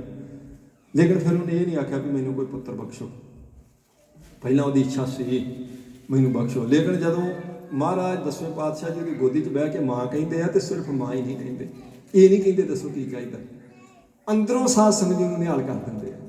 ਤੇ ਜਦੋਂ ਕੋਈ ਅੰਦਰੋਂ ਨਿਹਾਲ ਹੋ ਜਾਂਦਾ ਨਾ, ਜਦੋਂ ਉਹਨੂੰ ਕੋਈ ਵੱਡੀ ਚੀਜ਼ ਦਿਖਾਈ ਦਿੰਦੀ ਹੈ, ਫਿਰ ਛੋਟੀ ਜਿਹੜੀ ਹੈ ਉਹ ਮਨ 'ਚੋਂ ਨਿਕਲ ਜਾਂਦੀ ਹੈ। ਕਿਉਂਕਿ ਵੱਡੀ ਦਾਤ ਬਖਸ਼ ਦਿੱਤੀ ਸਤਿਗੁਰੂ ਗੋਬਿੰਦ ਸਿੰਘ ਸਾਹਿਬ ਮਹਾਰਾਜ ਜੀ ਨੇ। ਕਿਹਾ ਬਸ ਹੁਣ ਕੁਝ ਨਹੀਂ ਚਾਹੀਦਾ, ਤੁਸੀਂ ਮੇਰੀ ਗੋਦ 'ਚ ਆ ਗਏ ਆ, ਸਭ ਮੈਂ ਨਿਹਾਲ ਹੋ ਗਿਆ, ਬਸ ਤੁਸੀਂ ਆ ਜਾਇਆ ਕਰੋ ਰੋਜ਼, ਇਵੇਂ ਹੀ ਆਣ ਕੇ ਤੁਸੀਂ ਮੈਨੂੰ ਮਾਂ ਕਹਿ ਦਿਆ ਕਰੋ। ਤੇ ਕਲਗੀਧਰ ਪਾਤਸ਼ਾਹ ਜੀ ਨੇ ਆਖਿਆ, ਜਦੋਂ ਤੁਰਨ ਲੱਗੇ ਮਹਾਰਾਜ ਪਟਨਾ ਸਾਹਿਬ ਤੋਂ, ਬਹੁਤ ਕੌਤਕ ਕੀਤੇ ਸੱਚੇ ਪਾਤਸ਼ਾਹ ਜੀ ਨੇ। ਉਹ ਆਪਾਂ ਜਦੋਂ ਜਾਂਦੇ ਦਰਸ਼ਨ ਕਰਨ ਵਾਸਤੇ, ਤਾਂ ਕੰਗਣ ਘਾਟ ਬਣਿਆ ਜੀ। ਮਹਾਰਾਜ ਸਾਹਿਬ ਜੀ ਨੇ ਸੋਨੇ ਦਾ ਜਿਹੜਾ ਕੰਗਣ ਸੁੱਟ ਦਿੱਤਾ, ਤਾਂ ਮਾਤਾ ਜੀ ਨੇ ਆਖਿਆ ਤੁਸੀਂ ਕਿੱਥੇ ਛੋਟਾ ਇਲਾਜ ਜੀ, ਉਹ ਤਾਂ ਬਹੁਤ ਕੀਮਤੀ, ਉਹ ਤਾਂ ਜੜਾਊ ਸੀ, ਉਹਦੇ ਵਿੱਚ ਤਾਂ ਨਾਗਾਂ ਦੀਆਂ ਕਣੀਆਂ ਜੜੀਆਂ ਸੀ, ਦੱਸ ਸਕਦੇ ਕਿੱਥੇ ਸੁੱਟਿਆ। ਤੇ ਮਹਾਰਾਜ ਨੇ ਆਖਿਆ ਦੱਸ ਸਕਦੇ। ਮਾਮਾ ਕਿਰਪਾਲ ਚੰਦ ਜੀ ਨਾਲ ਗਏ, ਭਾਈ ਦਿਆਲ ਦਾਸ ਜੀ ਨਾਲ ਗਏ, ਕੁਝ ਗੋਤਾਖੋਰ ਲਏ ਮਾਤਾ ਜੀ ਨੇ, ਗੰਗਾ ਦੇ ਕਿਨਾਰੇ ਜਾ ਕੇ ਪੁੱਛਦੇ ਦੱਸੋ ਲਾਲ ਜੀ ਕਿੱਥੇ ਸੁੱਟਿਆ ਜੇ ਇੰਨਾ ਕੀਮਤੀ ਕੰਗਣ। ਤੇ ਕਲਗੀਧਰ ਪਾਤਸ਼ਾਹ ਦੂਜਾ ਵੀ ਲਾ ਕੇ ਸੁੱਟ ਦਿੰਦੇ, ਕਹਿੰਦੇ ਇਹ ਉੱਥੇ, ਦੋਵੇਂ ਸੁੱਟ ਦਿੱਤੇ। ਉਹਦਾ ਕੀ ਕਾਰਨ ਸੀ? ਗੁਰੂ ਸਾਹਿਬ ਜੀ ਹਾਲੇ ਗੁਰੂ ਜੋਤ ਵਿੱਚ ਨਹੀਂ, ਗੁਰੂ ਜੋਤ ਉਹਨਾਂ 'ਚ ਅਜੇ ਪ੍ਰਵਿਸ਼ਟ ਨਹੀਂ ਕੀਤੇ। ਲੇਕਿਨ ਜਿਵੇਂ ਪੰਜਵੇਂ ਪਾਤਸ਼ਾਹ ਜੀ ਬਾਬਾ ਤੈ ਗੁਰਮਤਿ ਜਨਮਤਿ ਬ੍ਰਹਮ ਪਛਾਣਿਓ, ਵੀ ਤੁਸੀਂ ਜਨਮ ਤੋਂ ਹੀ ਮਹਾਰਾਜ ਬ੍ਰਹਮ ਗਿਆਨੀ ਜੇ ਬ੍ਰਹਮ ਨੂੰ ਪਛਾਣਦੇ ਜੀ। ਐਵੇਂ ਕਲਗੀਧਰ ਪਾਤਸ਼ਾਹ ਜੀ ਵਿੱਚ ਜਿਹੜੀ ਅਕਾਲ ਪੁਰਖ ਦੀ ਕਿਰਪਾ ਸਾਧ ਸੰਗਤ ਜੀ ਉਦੋਂ ਹੀ ਹੋ ਰਹੀ। ਤਾਂ ਹੀ ਕਹਿੰਦੇ ਵੀ ਮਹਾਰਾਜ ਸਾਹਿਬ ਜੀ ਦੇ ਜਿਹੜੇ ਸਾਹਿਬਜ਼ਾਦੇ ਗੁਰਮੁਖੋ, ਉਹ ਵੱਡੀਆਂ ਪਵਿੱਤਰ ਰੂਹਾਂ ਤੇ ਵੱਡਾ ਕਾਰਜ ਕਰਨ ਵਾਸਤੇ ਆਈਆਂ ਸਨ। ਵੱਡੀਆਂ ਪਵਿੱਤਰ ਰੂਹਾਂ ਨੇ ਉਹ, ਔਰ ਵੱਡਾ ਹੀ ਕਾਰਜ ਕਰਕੇ ਉਹ ਗਏ। ਤਾਂ ਹੀ ਮਹਾਰਾਜ ਸਾਹਿਬ ਜੀ ਨੇ ਆਖਿਆ ਸੀ ਨਾ, ਜਦੋਂ ਪਰਮ ਸਿੰਘ ਧਰਮ ਸਿੰਘ ਨੇ ਆਖਿਆ ਮਹਾਰਾਜ ਆਪ ਜੀ ਦੇ ਤਾਂ ਮਾਸੂਮ ਬੱਚੇ ਵੀ ਨੀਹਾਂ 'ਚ ਚਿਣ ਕੇ ਸ਼ਹੀਦ ਕਰ ਦਿੱਤੇ ਆ, ਬਰਾਕ ਕਰਦੇ ਸੀ। ਗੁਰੂ ਸਾਹਿਬ ਨੇ ਆਖਿਆ ਨਹੀਂ ਗੁਰਮੁਖੋ, ਬਰਾਕ ਕਰਨ ਦੀ ਕੋਈ ਜ਼ਰੂਰਤ ਨਹੀਂ, ਸਾਡੇ ਸਾਹਿਬਜ਼ਾਦੇ ਜਿਸ ਕਾਰਜ ਲਈ ਆਏ ਸਨ ਉਹ ਕਰਕੇ ਗਏ ਆ। ਮਹਾਰਾਜ ਸਾਹਿਬ ਜੀ ਨੇ, ਆਪਾਂ ਤਵਾਰੀਖ 'ਚੋਂ ਪੜ੍ਹਦੇ ਵੀ ਸਤਿਗੁਰੂ ਜੀ ਦੀ ਅੱਖਾਂ ਤੋਂ ਕੋਈ ਬੂੰਦ ਨਹੀਂ ਸਾਧ ਸੰਗਤ ਜੀ ਡਿੱਗੀ। ਇਸ ਗੱਲ ਵਿੱਚ ਨਹੀਂ ਮਹਾਨਤਾ ਹੈਗੀ ਵੀ ਸਤਿਗੁਰੂ ਜੀ ਦੇ ਪੁੱਤਰ ਸ਼ਹੀਦ ਹੋਏ ਤਾਂ ਇੱਕ ਬੂੰਦ ਅੱਖ ਤੋਂ ਨਹੀਂ ਡਿੱਗੀ। ਮਹਾਨਤਾ ਇਸ ਗੱਲ ਵਿੱਚ ਹੈ ਵੀ ਆਪਣੇ ਐਡੇ ਪਿਆਰੇ ਜਿਗਰ ਦੇ ਟੋਟੇ ਕੁਰਬਾਨ ਕਰਕੇ ਵੀ ਸੱਚੇ ਪਾਤਸ਼ਾਹ ਜੀ ਨੇ ਅੱਖ ਤੋਂ ਬੂੰਦ ਡਿੱਗਣ ਨਹੀਂ ਦਿੱਤੀ। ਇਹਦਾ ਮਤਲਬ ਇਹ ਤਾਂ ਨਹੀਂ ਸੀ ਗੁਰੂ ਸਾਹਿਬ ਅੰਦਰੋਂ ਪੱਥਰ ਹੈ ਜਾਂ ਉਹ ਆਪਣੇ ਪੁੱਤਰਾਂ ਨੂੰ ਪਿਆਰ ਨਹੀਂ ਕਰਦੇ, ਬਹੁਤ ਪਿਆਰ ਕਰਦੇ ਮਹਾਰਾਜ। ਜੇ ਉਸ ਸਿੱਖ ਨੂੰ ਇੰਨਾ ਪਿਆਰ ਕਰ ਸਕਦੇ ਜਿਹੜੇ ਲਿਖ ਕੇ ਦੇ ਕੇ ਗਏ ਵੀ ਤੂੰ ਸਾਡਾ ਗੁਰੂ ਨਹੀਂ, ਅਸੀਂ ਤੇਰੇ ਸਿੱਖ ਨਹੀਂ, ਸਾਡੇ ਤੋਂ ਸਿੱਖੀ ਨਹੀਂ ਕਮਾਈ ਜਾ ਸਕਦੀ, ਲਿਖ ਕੇ ਦੇ ਕੇ ਬੇਦਾਵੇ ਦਾ ਕੀ ਅਰਥ ਹੈ? ਹੁਣ ਸਾਡਾ ਤੇਰੇ ਤੇ ਦਾਵਾ ਨਹੀਂ ਰਹਿ ਗਿਆ ਤੇ ਤੇਰਾ ਸਾਡੇ ਤੇ ਦਾਵਾ ਨਹੀਂ, ਹੁਣ ਨਹੀਂ ਅਸੀਂ ਤੇਰੇ ਸਿੱਖ। ਲਿਖ ਕੇ ਦੇਣ ਵਾਲੇ ਨੂੰ ਛਾਤੀ ਨਾਲ ਲਾ ਕੇ ਜੇ ਮਹਾਰਾਜ ਕਹਿ ਸਕਦੇ ਆ ਤੂੰ ਮੰਗ ਕੁਝ ਮੈਂ ਤੈਨੂੰ ਦੇਣਾ, ਮਾਂ ਸਿੰਘਾ ਦੱਸ ਤੈਨੂੰ ਕੀ ਲਈਏ। ਤੇ ਜਿਹੜੇ ਮਹਾਰਾਜ ਜੀ ਦੇ ਆਪਣੇ ਪੁੱਤਰ ਆ ਜਾਂ ਜਿਹੜੇ ਹੱਸ ਹੱਸ ਕੇ ਆਪਾਂ ਕੁਰਬਾਨ ਕਰ ਗਏ, ਉਹਨਾਂ ਨੂੰ ਕਿੰਨਾ ਪਿਆਰ ਕਰਦੇ ਹੋਣਗੇ ਤਾਂ ਆਪਾਂ ਅੰਦਾਜ਼ਾ ਲਾ ਸਕਦੇ ਨਾ। ਮਹਾਰਾਜ ਆਪਣੇ ਪੁੱਤਰਾਂ ਨੂੰ ਬਹੁਤ ਪਿਆਰ ਕਰਦੇ ਆ, ਜਿਗਰ ਦੇ ਟੋਟੇ ਆ। ਮਹਾਨ, ਮੈਂ ਬੇਨਤੀ ਕੀਤੀ ਮੈਨੂੰ ਮਾਫੀ ਦੇਣੀ, ਮਹਾਨਤਾ ਇਸ ਗੱਲ ਵਿੱਚ ਨਹੀਂ ਸਤਿਗੁਰੂ ਜੀ ਦੀ ਕਿ ਗੁਰੂ ਸਾਹਿਬ ਜੀ ਦੇ ਪੁੱਤਰ ਸ਼ਹੀਦ ਹੋਏ ਅੱਖਾਂ ਦੇ ਸਾਹਮਣੇ, ਦੂਜਿਆਂ ਦੀ ਖਬਰ ਮਿਲ ਗਈ ਨੀਹਾਂ 'ਚ ਚਿਣ ਕੇ ਸ਼ਹੀਦ ਕਰਤੇ ਤਾਂ ਗੁਰੂ ਸਾਹਿਬ ਜੀ ਨੂੰ ਕੋਈ ਫਰਕ ਨਹੀਂ ਪਿਆ। ਮਹਾਨਤਾ ਇਸ ਗੱਲ ਵਿੱਚ ਆ ਵੀ ਇੰਨੇ ਪਿਆਰੇ ਆਪਣੇ ਪੁੱਤਰ ਜਿਗਰ ਦੇ ਟੋਟੇ ਪੰਥ ਤੋਂ ਕੁਰਬਾਨ ਕਰਕੇ ਕਲਗੀਧਰ ਪਾਤਸ਼ਾਹ ਕਹਿੰਦੇ ਨਹੀਂ ਬਰਾਕ ਕਰਨ ਵਾਲੀ ਗੱਲ ਨਹੀਂ ਹੈਗੀ ਗੁਰਮੁਖੋ ਕੋਈ। ਉਹ ਵੱਡਾ ਕਾਰਜ ਕਰਨ ਵਾਸਤੇ ਆਏ ਸੀ ਤੇ ਵੱਡਾ ਹੀ ਕਾਰਜ ਕਰਕੇ ਗਏ। ਉਹ ਕਿਸੇ ਖਾਸ ਕਾਰਨ ਵਾਸਤੇ ਆਏ ਸਨ ਤੇ ਖਾਸ ਕਾਰਜ ਕਰਕੇ ਗਏ ਆ। ਇਹਦੇ ਵਿੱਚ ਵੀ ਕੋਈ ਅਤਕਥਨੀ ਨਹੀਂ ਵੀ 10 ਲੱਖ ਦੇ ਘੇਰੇ ਚੋਂ ਸੱਚੇ ਪਾਤਸ਼ਾਹ ਤਿੰਨਾਂ ਸਿੱਖਾਂ ਨੂੰ ਲੈ ਕੇ ਨਿਕਲ ਗਏ ਤਾਂ ਪੁੱਤਰਾਂ ਨੂੰ ਵੀ ਲੈ ਕੇ ਨਿਕਲ ਸਕਦੇ ਆ। ਪਰ ਅਸਲ ਵਿੱਚ ਪੁੱਤਰਾਂ ਨੂੰ ਸਾਧ ਸੰਗਤ ਜੀ ਕੁਰਬਾਨ ਕਰਕੇ ਕੁਝ ਪੰਥ ਵਾਸਤੇ ਇੱਕ ਮਹਾਰਾਜ ਜੀ ਨੇ ਮਾਰਗ ਪ੍ਰਗਟ ਕਰਨਾ। ਸਿੱਖ ਦੀ ਮਹਾਨਤਾ ਕਿਸ ਗੱਲ 'ਚ ਹੈ ਜੀ? ਕਿਵੇਂ ਆਪਾਂ ਸੁਣਾਉਂਦੇ ਆ ਇਤਿਹਾਸ, ਕਿੰਨੀ ਵਾਰੀ ਤੁਸੀਂ ਸੈਂਕੜੇ ਵਾਰ ਵੀ ਸੁਣ ਲਓ ਤੇ ਤੁਹਾਨੂੰ ਉਨੀ ਵਾਰੀ ਆਨੰਦ ਆਵੇਗਾ ਜੀ। ਸਿੱਖ ਖਲੋਤਾ ਹੈ ਤੇ ਸਿੱਖ ਨੂੰ ਦੇਸੀ ਇਸ਼ਤਿਹਾਰਾ ਰੱਖ ਕੇ ਉਹਨੂੰ ਕਹਿ ਰਹੇ ਆ ਤੂੰ ਇਹਨਾਂ ਕਹਿ ਦੇ, ਮੈਂ ਉਹ ਸਾਹਮਣੇ ਬੈਠੇ ਗੁਰੂ ਸਾਹਿਬ ਦਾ ਸਿੱਖ ਨਹੀਂ, ਤੈਨੂੰ ਜੋ ਮੂੰਹ ਆਖੇਗਾ ਦੇ ਦੇਵਾਂਗੇ, ਤੇਰੀ ਜ਼ਿੰਦਗੀ ਵੀ ਬਖਸ਼ ਦਿੰਦੇ ਆ। ਪਰ ਸਿੱਖ ਕਹਿੰਦਾ ਨਹੀਂ, ਤੁਸੀਂ ਆਪਣਾ ਕੰਮ ਕਰੋ, ਪਰ ਮੈਂ ਗੁਰੂ ਤੇਗ ਬਹਾਦਰ ਮਹਾਰਾਜ ਸੱਚੇ ਪਾਤਸ਼ਾਹ ਜੀ ਦਾ ਸਿੱਖ ਹਾਂ ਤੇ ਮੇਰੀ ਆਖਰੀ ਇੱਛਾ ਇਹ ਹੈ ਕਿ ਮੇਰਾ ਮੂੰਹ ਉੱਧਰ ਨੂੰ ਕਰੋ, ਮੈਨੂੰ ਨਾਵੇਂ ਪਾਤਸ਼ਾਹ ਸਾਹਮਣੇ ਬੈਠੇ ਦੇਖਦੇ ਰਹਿਣ। ਸਾਹਮਣੇ ਬੈਠੇ ਗੁਰੂ ਤੇਗ ਬਹਾਦਰ ਮਹਾਰਾਜ ਸੱਚੇ ਪਾਤਸ਼ਾਹ ਕੀ ਸਿੱਖ ਨੂੰ ਦੀ ਰੱਖਿਆ ਨਹੀਂ ਕਰ ਸਕਦੇ, ਬਚਾ ਨਹੀਂ ਸਕਦੇ। ਸਿੱਖ ਦੀ ਮਹਾਨਤਾ ਇਸ ਗੱਲ ਵਿੱਚ ਆ ਵੀ ਆਰੇ ਥੱਲੇ ਵੀ ਗੁਰੂ ਕਾ ਸਿੱਖ ਡੋਲਿਆ ਨਹੀਂ। ਮਹਾਨਤਾ ਹੀ ਸ਼ਹੀਦ ਦੀ ਆਪਣੇ ਸਿੱਖ ਦੀ ਦੱਸਣ ਲਈ ਇਹ ਕਿਉਂਕਿ ਕਈ ਵਾਰੀ ਸਾਡੇ ਮਨ 'ਚ ਆ ਜਾਂਦਾ ਬਈ ਸੱਚੇ ਪਾਤਸ਼ਾਹ ਜੇ ਸਮਰੱਥ ਹੈ ਤੇ ਫਿਰ 8-8 ਮਹੀਨੇ ਦੀ ਭੁੱਖ ਕਾਹਤੋਂ ਜੀ, ਫਿਰ ਮਹਾਰਾਜ ਕੀ ਨਹੀਂ ਸੀ ਕਰ ਸਕਦੇ। ਜੇ ਮਹਾਰਾਜ ਤਿੰਨਾਂ ਸਿੰਘਾਂ ਨੂੰ ਨਾਲ ਲੈ ਕੇ 10 ਲੱਖ ਦੇ ਘੇਰੇ 'ਚੋਂ ਨਿਕਲ ਸਕਦੇ ਆ ਤਾਂ ਹੋਰ ਕੀ ਨਹੀਂ ਸੀ ਕਰ ਸਕਦੇ। ਇਹਦਾ ਮਤਲਬ ਹੈ ਨਹੀਂ ਕਰ ਸਕਦੇ। ਹੁਣ ਮੈਂ ਮਾਫੀ ਚਾਹੁੰਦਾ, ਕਿਸੇ ਵੇਲੇ ਮਨ ਦੀ ਕਮਜ਼ੋਰੀ ਮਨ 'ਚ ਲਿਆ ਸਕਦੀ ਹੈ ਵੀ ਨਹੀਂ ਉਵੇਂ ਵਡਿਆਈ ਚੱਲ ਰਹੀ ਮਹਾਰਾਜ ਜੀ ਦੀ, ਅਸਲ 'ਚ ਹੋ ਸਕਦਾ ਇੱਦਾਂ ਨਾ ਕਰ ਸਕਦੇ ਹੁਣ, ਨਹੀਂ ਕਰ ਸਕਦੇ। ਸਾਧ ਸੰਗਤ ਜੀ, ਗੁਰੂ ਉਸ ਤਾਕਤ ਦਾ ਨਾਂ ਹੈ ਜਿਹਨੂੰ ਸਰਬ ਕਲਾ ਆਪਾਂ ਸਮਰੱਥ ਕਹਿੰਦੇ, ਜੋ ਸਭ ਕੁਝ ਕਰਨ ਦੀ ਸਮਰੱਥਾ ਰੱਖਦਾ। ਪਰ ਜੇ ਮਹਾਰਾਜ ਸੱਚੇ ਪਾਤਸ਼ਾਹ ਜੀ ਆਪਣੇ ਪੁੱਤਰਾਂ ਨੂੰ ਸ਼ਹੀਦ ਕਰਵਾ ਰਹੇ ਆ ਤੇ ਫਿਰ ਵੀ ਕਹਿੰਦੇ ਕੋਈ ਬਰਾਕ ਕਰਨ ਦੀ ਜ਼ਰੂਰਤ ਨਹੀਂ, ਇਹਦਾ ਮਤਲਬ ਹੈ ਉਹਦੇ ਪਿੱਛੇ ਕੋਈ ਹੋਰ ਵੱਡਾ ਕਾਰਨ ਹੈ। ਜੇ ਗੁਰੂ ਤੇਗ ਬਹਾਦਰ ਸਾਹਿਬ ਜੀ ਦੇ ਸਾਹਮਣੇ ਸਿੱਖ ਹਾਰੇ ਥੱਲੇ ਜਪਜੀ ਸਾਹਿਬ ਦਾ ਪਾਠ ਕਰ ਰਿਹਾ ਹੈ, ਉੱਥੇ ਇਹ ਦੱਸਿਆ ਜਾ ਰਿਹਾ ਕਿ ਉਹਦਾ ਸਾਹਮਣੇ ਬੈਠਾ ਸਮਰੱਥ ਗੁਰੂ ਇੰਨਾ ਸਮਰੱਥ ਹੈ, ਸਿੱਖ ਦੇ ਸਰੀਰ ਦੇ 2 ਟੋਟੇ ਹੋਣ ਦੇ ਬਾਅਦ ਵੀ ਉਹ ਆਪਣੇ ਸਿੱਖ ਦੀ ਜ਼ੁਬਾਨ ਤੋਂ ਚੱਲ ਰਿਹਾ ਜਪਜੀ ਸਾਹਿਬ ਨਹੀਂ ਟੁੱਟਣ ਦੇ ਰਿਹਾ। ਉਹ ਕਿਰਪਾ ਗੁਰੂ ਤੇਗ ਬਹਾਦਰ ਸਾਹਿਬ ਜੀ ਦੀ ਹੈ। ਉਹ ਸਮਰੱਥ ਗੁਰੂ ਸਾਹਿਬ ਸਾਹਮਣੇ ਬੈਠੇ ਆ। ਸਿੱਖ ਦੀ ਮਹਾਨਤਾ, ਸ਼ਹੀਦ ਦੀ ਮਹਾਨਤਾ ਇੰਨੀ ਹੈ, ਇਹ ਸਤਿਗੁਰੂ ਜੀ ਦਰਸਾ ਰਹੇ ਆ। ਭਾਈ ਗੁਰਦਾਸ ਜੀ ਦਾ ਆਪਾਂ ਭਜਨ ਨਹੀਂ ਤੁਸੀਂ ਸੁਣਿਆ ਗੁਰਮੁਖਾਂ ਤੋਂ, ਵਿਦਵਾਨਾਂ ਤੋਂ, ਉਹ ਕਹਿੰਦੇ ਵੀ ਉਹ ਪਾਣੀ ਦਾ ਸੰਵਾਦ ਕਰਾ ਰਹੇ ਆ ਭਾਈ ਗੁਰਦਾਸ ਜੀ ਦੇ ਬਚਨਾਂ 'ਚ ਵੀ ਪਾਣੀ ਜਿਹੜਾ ਉਹਨੂੰ ਪੁੱਛਿਆ ਜਾ ਰਿਹਾ ਵੀ ਤੂੰ ਹਰ ਇੱਕ ਤਰ੍ਹਾਂ ਦੀ ਲੱਕੜ ਡੋਬ ਦੇਣਾ, ਚੰਦਨ ਨੂੰ ਤਾਰ ਦੇਣਾ ਤੇ ਚੰਦਨ ਨੂੰ ਕਾਹਤੋਂ ਡੋਬਦਾ, ਬਈ ਇਹ ਤੇਰੇ ਸੁਭਾਅ ਦੇ ਉਲਟ ਨਹੀਂ ਹੈਗਾ। ਹਰ ਤਰ੍ਹਾਂ ਦੀ ਲੱਕੜ ਤੇਰੇ ਤੇ ਤਰਦੀ ਹੈ। ਇੱਕੋ ਇੱਕ ਬਨਾਸਪਤੀ ਵਿੱਚ ਐਸੀ ਸਾਧ ਸੁਣਨ ਜੀ ਇਹ ਪੈਦਾ ਕੀਤਾ ਪੌਦਾ ਚੰਦਨ ਦਾ ਜਿਹੜਾ ਪਾਣੀ 'ਚ ਡੁੱਬ ਜਾਂਦਾ। ਤੇ ਭਾਈ ਗੁਰਦਾਸ ਜੀ ਸੰਵਾਦ ਕਰਾਉਂਦੇ ਨੇ, ਜਿਵੇਂ ਗੁਰੂ ਸਾਹਿਬ ਜੀ ਆਪ ਹੀ ਪ੍ਰਸ਼ਨ ਕਰਦੇ, ਆਪ ਹੀ ਜਵਾਬ ਦਿੰਦੇ। ਤਰੀਕਾ ਹੁੰਦਾ ਗੁਰਮੁਖਾਂ ਦਾ ਉਪਦੇਸ਼ ਦੇਣ ਦਾ। ਜੇ ਮਹਾਰਾਜ ਪਵਿੱਤਰ ਮੁਖ ਤੋਂ ਕਹਿੰਦੇ ਕੌਣ ਸੋ ਅੱਖਰ ਕੌਣ ਗੁਣ ਕੌਣ ਸੋ ਮਣੀਆਂ ਮੰਤ ਕੌਣ ਸੋ ਵੇਸੋ, ਇਹ ਪ੍ਰਸ਼ਨ ਹੀ ਆ ਨਾ, ਕਿਹੜਾ ਮੰਤਰ ਦਾ ਜਾਪ ਕਰਾਂ, ਕਿਹੜਾ ਵੇਸ ਧਾਰਨ ਕਰਾਂ, ਤੇ ਆਪ ਹੀ ਮੁੜ ਕੇ ਮਹਾਰਾਜ ਜਵਾਬ ਵੀ ਦਿੰਦੇ ਨਿਮਣ ਸੋ ਅੱਖਰ ਖਮਣ ਗੁਣ ਜਿਹਬਾ ਮਣੀਆਂ ਮਨ ਇਹ ਮੰਤ ਇਹ ਤਰ੍ਹਾਂ ਭੈਣੇ ਵੇਸ ਕਰ। ਇਵੇਂ ਹੀ ਭਾਈ ਗੁਰਦਾਸ ਜੀ ਆਪ ਹੀ ਸਵਾਲ ਬਣਾ ਲੈਂਦੇ, ਆਪ ਹੀ ਜਵਾਬ ਬਣਾ ਦਿੰਦੇ। ਉਹ ਪਹਿਲਾਂ ਕਹਿੰਦੇ ਆ ਵੀ ਇਸ ਤਰ੍ਹਾਂ ਕਿਉਂ, ਫਿਰ ਉਹ ਆਪ ਹੀ ਕਹਿੰਦੇ ਇਸ ਕਰਕੇ ਵੀ ਮੈਂ ਇਹਨੂੰ ਆਪ ਪਾਲਿਆ, ਔਰ ਜਿਸ ਨੂੰ ਮੈਂ ਆਪ ਪਾਲਿਆ ਉਹਨੂੰ ਮੈਂ ਡੋਬ ਕਿਵੇਂ ਸਕਦਾ। ਲੱਕੜ ਮੇਰੇ ਤੋਂ ਪਲਦੀ ਹੈ, ਪਾਣੀ ਤੋਂ ਬਿਨਾਂ ਬਨਾਸਪਤੀ ਹੋ ਨਹੀਂ ਸਕਦੇ, ਕਦੀ ਵੀ ਨਹੀਂ ਹੋ ਸਕਦੇ।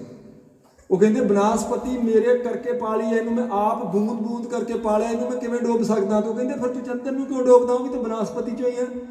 ਤਾਂ ਪਾਣੀ ਕਹਿੰਦਾ ਇਸ ਕਰਕੇ ਉਹਦੀ ਕੀਮਤ ਹੀ ਤਾਂ ਬਣਦੀ ਹੈ ਜੇ ਮੈਂ ਉਹਨੂੰ ਡੋਬਾਂ, ਉਵੇਂ ਉਹਦੀ ਕੀਮਤ ਨਹੀਂ ਬਣਦੀ। ਚੰਦਨ ਦੀ ਨਿਸ਼ਾਨੀ ਇਹ ਜਦੋਂ ਵਪਾਰੀ ਚੰਦਨ ਖਰੀਦਣ ਜਾਂਦੇ ਆ ਤਾਂ ਉਹ ਚੰਦਨ ਦੇ ਟੁਕੜੇ ਨੂੰ ਪਾਣੀ 'ਚ ਪਾ ਕੇ ਡੁੱਬ ਗਿਆ ਤਾਂ ਅਸਲੀ ਹੈ, ਤਰ ਗਿਆ ਤਾਂ ਨਕਲੀ ਹੈ। ਨਹੀਂ ਤੇ ਹਰ ਲੱਕੜ ਤਰਦੀ ਹੈ ਲੇਕਿਨ ਚੰਦਨ ਡੁੱਬਦਾ। ਉਹ ਭਾਈ ਗੁਰਦਾਸ ਜੀ ਅਗਰ ਡੋਬੇ ਜਾਣ ਕੇ ਨਿਰਮੋਲ ਕੇ ਧੱਜੇ। ਅਗਰ ਚੰਦਨ ਨੂੰ ਕਹਿੰਦੇ ਚੰਦਨ ਨੂੰ ਤਾਂ ਪਾਣੀ ਜਾਣ ਕੇ ਡੋਬਦਾ ਗੁਰਮੁਖੋ, ਕਿਉਂਕਿ ਉਹਦੀ ਕੀਮਤ ਵਧਾਉਣ ਵਾਸਤੇ, ਭਈ ਸਦਾ ਵਾਸਤੇ ਇਹਦੀ ਕੀਮਤ ਜਿਹੜੀ ਹੈ ਉਹ ਸੰਸਾਰ ਤੇ ਅਮੋਲਕ ਗਿਣੀ ਜਾਵੇਗੀ। ਇਸੇ ਲਈ ਸਤਿਗੁਰ ਸੱਚੇ ਪਾਤਸ਼ਾਹ ਜੀ ਨੇ ਇਹ ਜਿਹੜਾ ਮਾਰਗ ਪ੍ਰਗਟ ਕੀਤਾ ਨਾ, ਕਰ ਸਕਦੇ ਦਸਵੇਂ ਪਾਤਸ਼ਾਹ। ਕੋਈ ਜ਼ਰੂਰਤ ਨਹੀਂ ਹੈਗੀ ਮਹਾਰਾਜ ਜੀ ਨੂੰ ਆਪਣੇ ਪੁੱਤਰ ਸ਼ਹੀਦ ਕਰਵਾਉਣ ਦੀ। ਐ ਨਹੀਂ ਵੀ ਮਹਾਰਾਜ ਕੋਈ ਪੱਥਰ ਦੇ ਅੰਦਰੋਂ ਜਾਂ ਕਠੋਰ ਹੈ ਜਾਂ ਆਪਣੇ ਪੁੱਤਰਾਂ ਨੂੰ ਪਿਆਰ ਨਹੀਂ ਕਰਦੇ, ਪਰ ਗੁਰੂ ਸਾਹਿਬ ਜੀ ਨੇ ਦੱਸਣਾ ਗੁਰਮੁਖੋ ਇਹਨਾਂ ਸ਼ਹਾਦਤਾਂ ਦੀ ਕੀਮਤ ਅਸਲ 'ਚ ਕਿੰਨੀ ਹੈ, ਇਹਦਾ ਕਾਰਨ ਕੀ ਸੀ। ਇਹ ਸਤਿਗੁਰ ਸੱਚੇ ਪਾਤਸ਼ਾਹ ਜੀ ਨੇ ਬੇਅੰਤ ਪ੍ਰਕਾਰ ਦੀ ਕਿਰਪਾ ਕੀਤੀ ਹੈ। ਜਿਨ੍ਹਾਂ ਦੀ ਸਮਝ ਕੰਮ ਕਰਦੀ ਸੀ, ਜਿਨ੍ਹਾਂ ਨੂੰ ਨਹੀਂ ਸੀ ਪਤਾ ਉਹ ਤਾਂ ਉਹ ਅਨੰਦਪੁਰ ਸਾਹਿਬ ਤੋਂ ਵੀ ਦੌੜ ਗਏ ਸੀ। ਦੁਨੀ ਚੰਦ ਵਰਗੇ ਤਾਂ ਨਹੀਂ ਮਹਾਰਾਜ ਮਰਵਾ ਦੇਣਗੇ ਜੀ, ਹਾਥੀ ਦਾ ਬੰਦੇ ਦਾ ਕੀ ਮੁਕਾਬਲਾ ਹੁੰਦਾ। ਵੀ ਇਹ ਤਾਂ ਜਾਣ ਕੇ ਹੀ ਆਖਿਆ ਔਖਿਆ ਲੋਕਾਂ ਦੇ ਮੈਨੂੰ ਮਹਾਰਾਜ ਨੇ ਆਖ ਦਿੱਤਾ। ਹਾਲਾਂਕਿ ਰਾਮ ਕੌਰ ਜੀ ਨੇ ਵੀ ਆਖਿਆ ਔਰ ਭਾਈ ਦਇਆ ਸਿੰਘ ਨੇ ਵੀ ਆਖਿਆ। ਭਾਈ ਪਹਿਲਾਂ ਕਹਿੰਦਾ ਨਾ ਦੁਨੀ ਚੰਦ ਜਾਂਦਾ ਰਾਤ ਨੂੰ ਵੀ ਮਹਾਰਾਜ ਨੂੰ ਸਮਝਾਓ, ਆਓ ਕੁਝ ਕਰੋ ਬੇਨਤੀ ਮਹਾਰਾਜ ਨੂੰ ਵੀ ਇਹ ਹਾਥੀ ਦਾ ਬੰਦੇ ਦਾ ਮੁਕਾਬਲਾ ਨਹੀਂ ਹੁੰਦਾ, ਕਾਹਤੋਂ ਮੇਰਾ ਨਾਂ ਲਿਆ ਮਹਾਰਾਜ ਜੀ ਨੇ, ਆਓ ਚੱਲੀਏ। ਭਾਈ ਦਇਆ ਸਿੰਘ ਜੀ ਕਹਿੰਦੇ ਵੀ ਮਹਾਰਾਜ ਨੂੰ ਸਮਝਾ ਸਕਦੇ ਆਪਾਂ, ਦੁਨੀ ਚੰਦ ਤੂੰ ਕਾਹਤੋਂ ਘਬਰਾਉਣਾ, ਵੀ ਤੂੰ ਜੇ ਮਹਾਰਾਜ ਤੈਨੂੰ ਹਾਥੀ ਨਾਲ ਲੜਨ ਭੇਜਣਗੇ ਤੈਨੂੰ ਸ਼ੇਰ ਦੀ ਤਾਕਤ ਦੇ ਕੇ ਭੇਜਣਗੇ, ਭਰੋਸਾ ਕਰ ਗੁਰੂ ਸਾਹਿਬ ਤੇ। ਉਹ ਕਹਿੰਦਾ ਦਇਆ ਸਿੰਘਾ ਤੇਰਾ ਨਾਂ ਨਹੀਂ ਨਾ ਲਿਆ, ਨਾਂ ਮੇਰਾ ਲਿਆ ਮਹਾਰਾਜ ਨੇ, ਇਸ ਕਰਕੇ ਤੂੰ ਇਹ ਗੱਲਾਂ ਕਰਦਾ। ਫਿਰ ਰਾਮ ਗੋਬਿੰਦ ਜੀ ਕੋਲ ਜਾਂਦੇ, ਉਹ ਵੀ ਉਹੀ ਗੱਲ ਕਹਿੰਦੇ ਤੂੰ ਦਿਲ ਨਾਲ ਛੱਡ ਤੂੰ ਨਹੀਂ ਚਾਹੁੰਦਾ, ਜੇ ਕਲਗੀਧਰ ਪਾਤਸ਼ਾਹ ਤੈਨੂੰ ਲੜਾਉਣਗੇ ਤੇ ਨਿਸ਼ਚੈਵਾਚਕ ਜਿੱਤ ਤੇਰੀ ਕਰਾਉਣਗੇ। ਆਪਣਾ ਸੂਰਮਾ ਹਾਥੀ ਦੇ ਕੋਲੋਂ ਉਹ ਹਾਰਨ ਵਾਸਤੇ ਨਹੀਂ ਭੇਜਣਗੇ ਕਦੇ ਵੀ, ਪਰ ਨਹੀਂ ਮੰਨਿਆ, ਅੰਦਰ ਕੱਚਾ ਸੀ ਤਾਂ ਦੌੜ ਗਿਆ। ਤੇ ਮਹਾਰਾਜ ਸੱਚੇ ਪਾਤਸ਼ਾਹ ਜੀ ਨੇ ਬਚਿੱਤਰ ਸਿੰਘ ਨੂੰ ਲੜਾ ਕੇ ਦੱਸ ਦਿੱਤਾ, ਜਿੱਤ ਵੀ ਕਰਵਾ ਦਿੱਤੀ। ਗੁਰੂ ਸਾਹਿਬ ਸਮਰੱਥ ਹੈ, ਸਰਬ ਕਲਾ ਸਮਰੱਥ ਹੈ। ਗੁਰੂ ਸਾਹਿਬ ਸੰਗਤ ਜੀ ਉਹ ਸ਼ਕਤੀ ਹੈ ਜਿਹੜੀ ਹਰ ਵੇਲੇ ਪੂਰਨ ਰੂਪ ਵਿੱਚ ਵਰਤਣੀ ਹੁੰਦੀ, ਪਰ ਕਈ ਵਾਰ ਬੰਦੇ ਦਾ ਆਪਣਾ ਅਕੀਦਾ ਥੋੜਾ ਜਿਹਾ ਦੂਜੀ ਤਰ੍ਹਾਂ ਦਾ ਹੋਣ ਕਰਕੇ ਤਾਂ ਫਿਰ ਉਹ ਡੋਲ ਜਾਂਦਾ। ਹਾਲਾਂਕਿ ਮੈਂ ਬੇਨਤੀ ਕੀਤੀ, ਜਿਹੜੇ ਮਹਾਰਾਜ ਸਾਹਿਬ ਜੀ ਨੂੰ ਲਿਖ ਕੇ ਦੇ ਕੇ ਜਾਂਦੇ ਆ, ਜਿਨ੍ਹਾਂ ਦਾ ਕੱਲ ਦਿਨ ਆਉਣਾ ਵੀ ਮਹਾਰਾਜ ਤੁਸੀਂ ਸਾਡੇ ਗੁਰੂ ਨਹੀਂ, ਅਸੀਂ ਤੁਹਾਡੇ ਸਿੱਖ ਨਹੀਂ, ਉਹ ਮਹਾਰਾਜ ਸੱਚੇ ਪਾਤਸ਼ਾਹ ਜੀ ਤੋਂ ਕੀ ਵਿਛੋੜੇ ਦਾ ਦੁੱਖ ਚੱਲ ਸਕੇ, ਜਾ ਸਕੇ। ਫਿਰ ਭੁੱਖ ਦੇ ਦੁੱਖ ਤੋਂ ਸਤਾਏ ਲਿਖ ਕੇ ਦੇ ਆਏ, ਜਦੋਂ ਵਿਛੋੜੇ ਦੇ ਦੁੱਖ ਨੇ ਸਤਾਇਆ ਫਿਰ ਭੱਜੇ ਮਹਾਰਾਜ ਦਸਵੇਂ ਪਾਤਸ਼ਾਹ ਜੀ ਵੱਲ ਨੂੰ ਪਿੱਛੇ। ਹੈ ਨਾ, ਮਹਾਰਾਜ ਬਚਨ ਆਪਾਂ ਇੱਥੋਂ ਸ਼ੁਰੂ ਕੀਤਾ ਸੀ, ਦੁੱਖ ਵਿਛੋੜਾ, ਇੱਕ ਦੁੱਖ ਭੂਖ, ਇੱਕ ਦੁੱਖ ਸਖਤ ਵਾਰ ਜਮਦੂਤ, ਇੱਕ ਦੁੱਖ ਰੋਗ ਲੱਗਿਆ ਤਨ ਧਾਏ, ਵੈਦ ਨਾ ਭੋਲੇ ਦਾਰੂ ਲਾਏ।